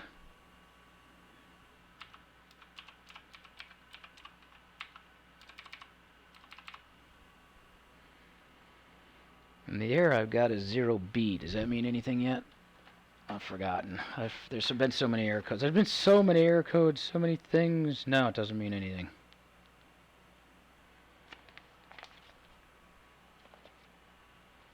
So why does the mouse not work?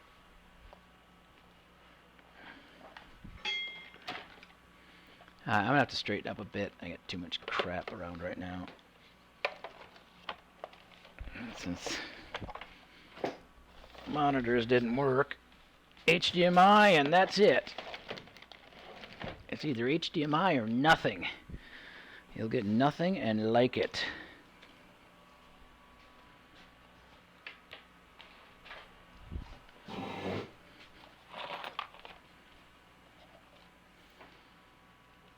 Alright, now the error is we're down to basically no mouse.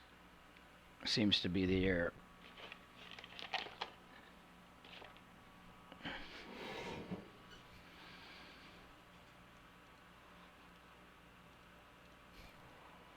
X470.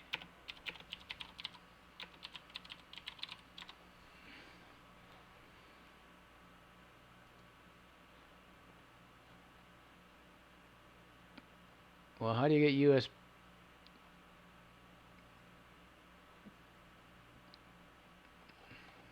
This guy says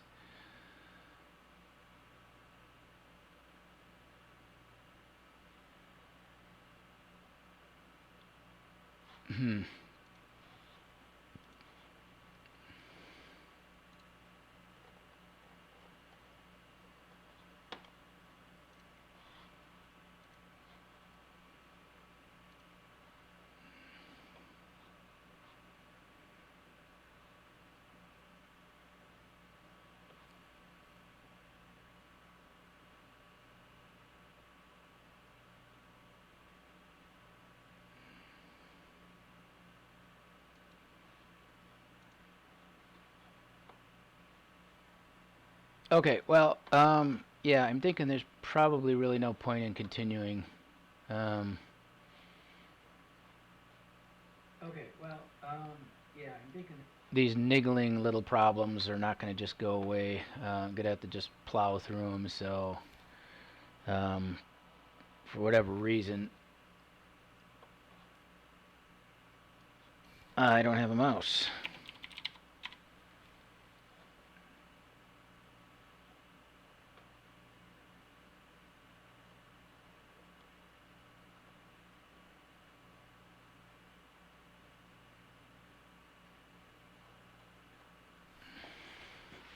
Unless I'm just being stupid with the way the keyboard works, but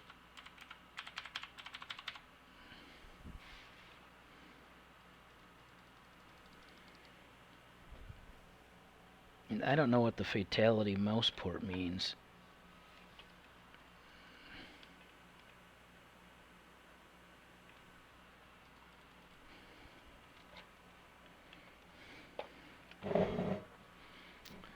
What's the Fatal1ty mouse port mean?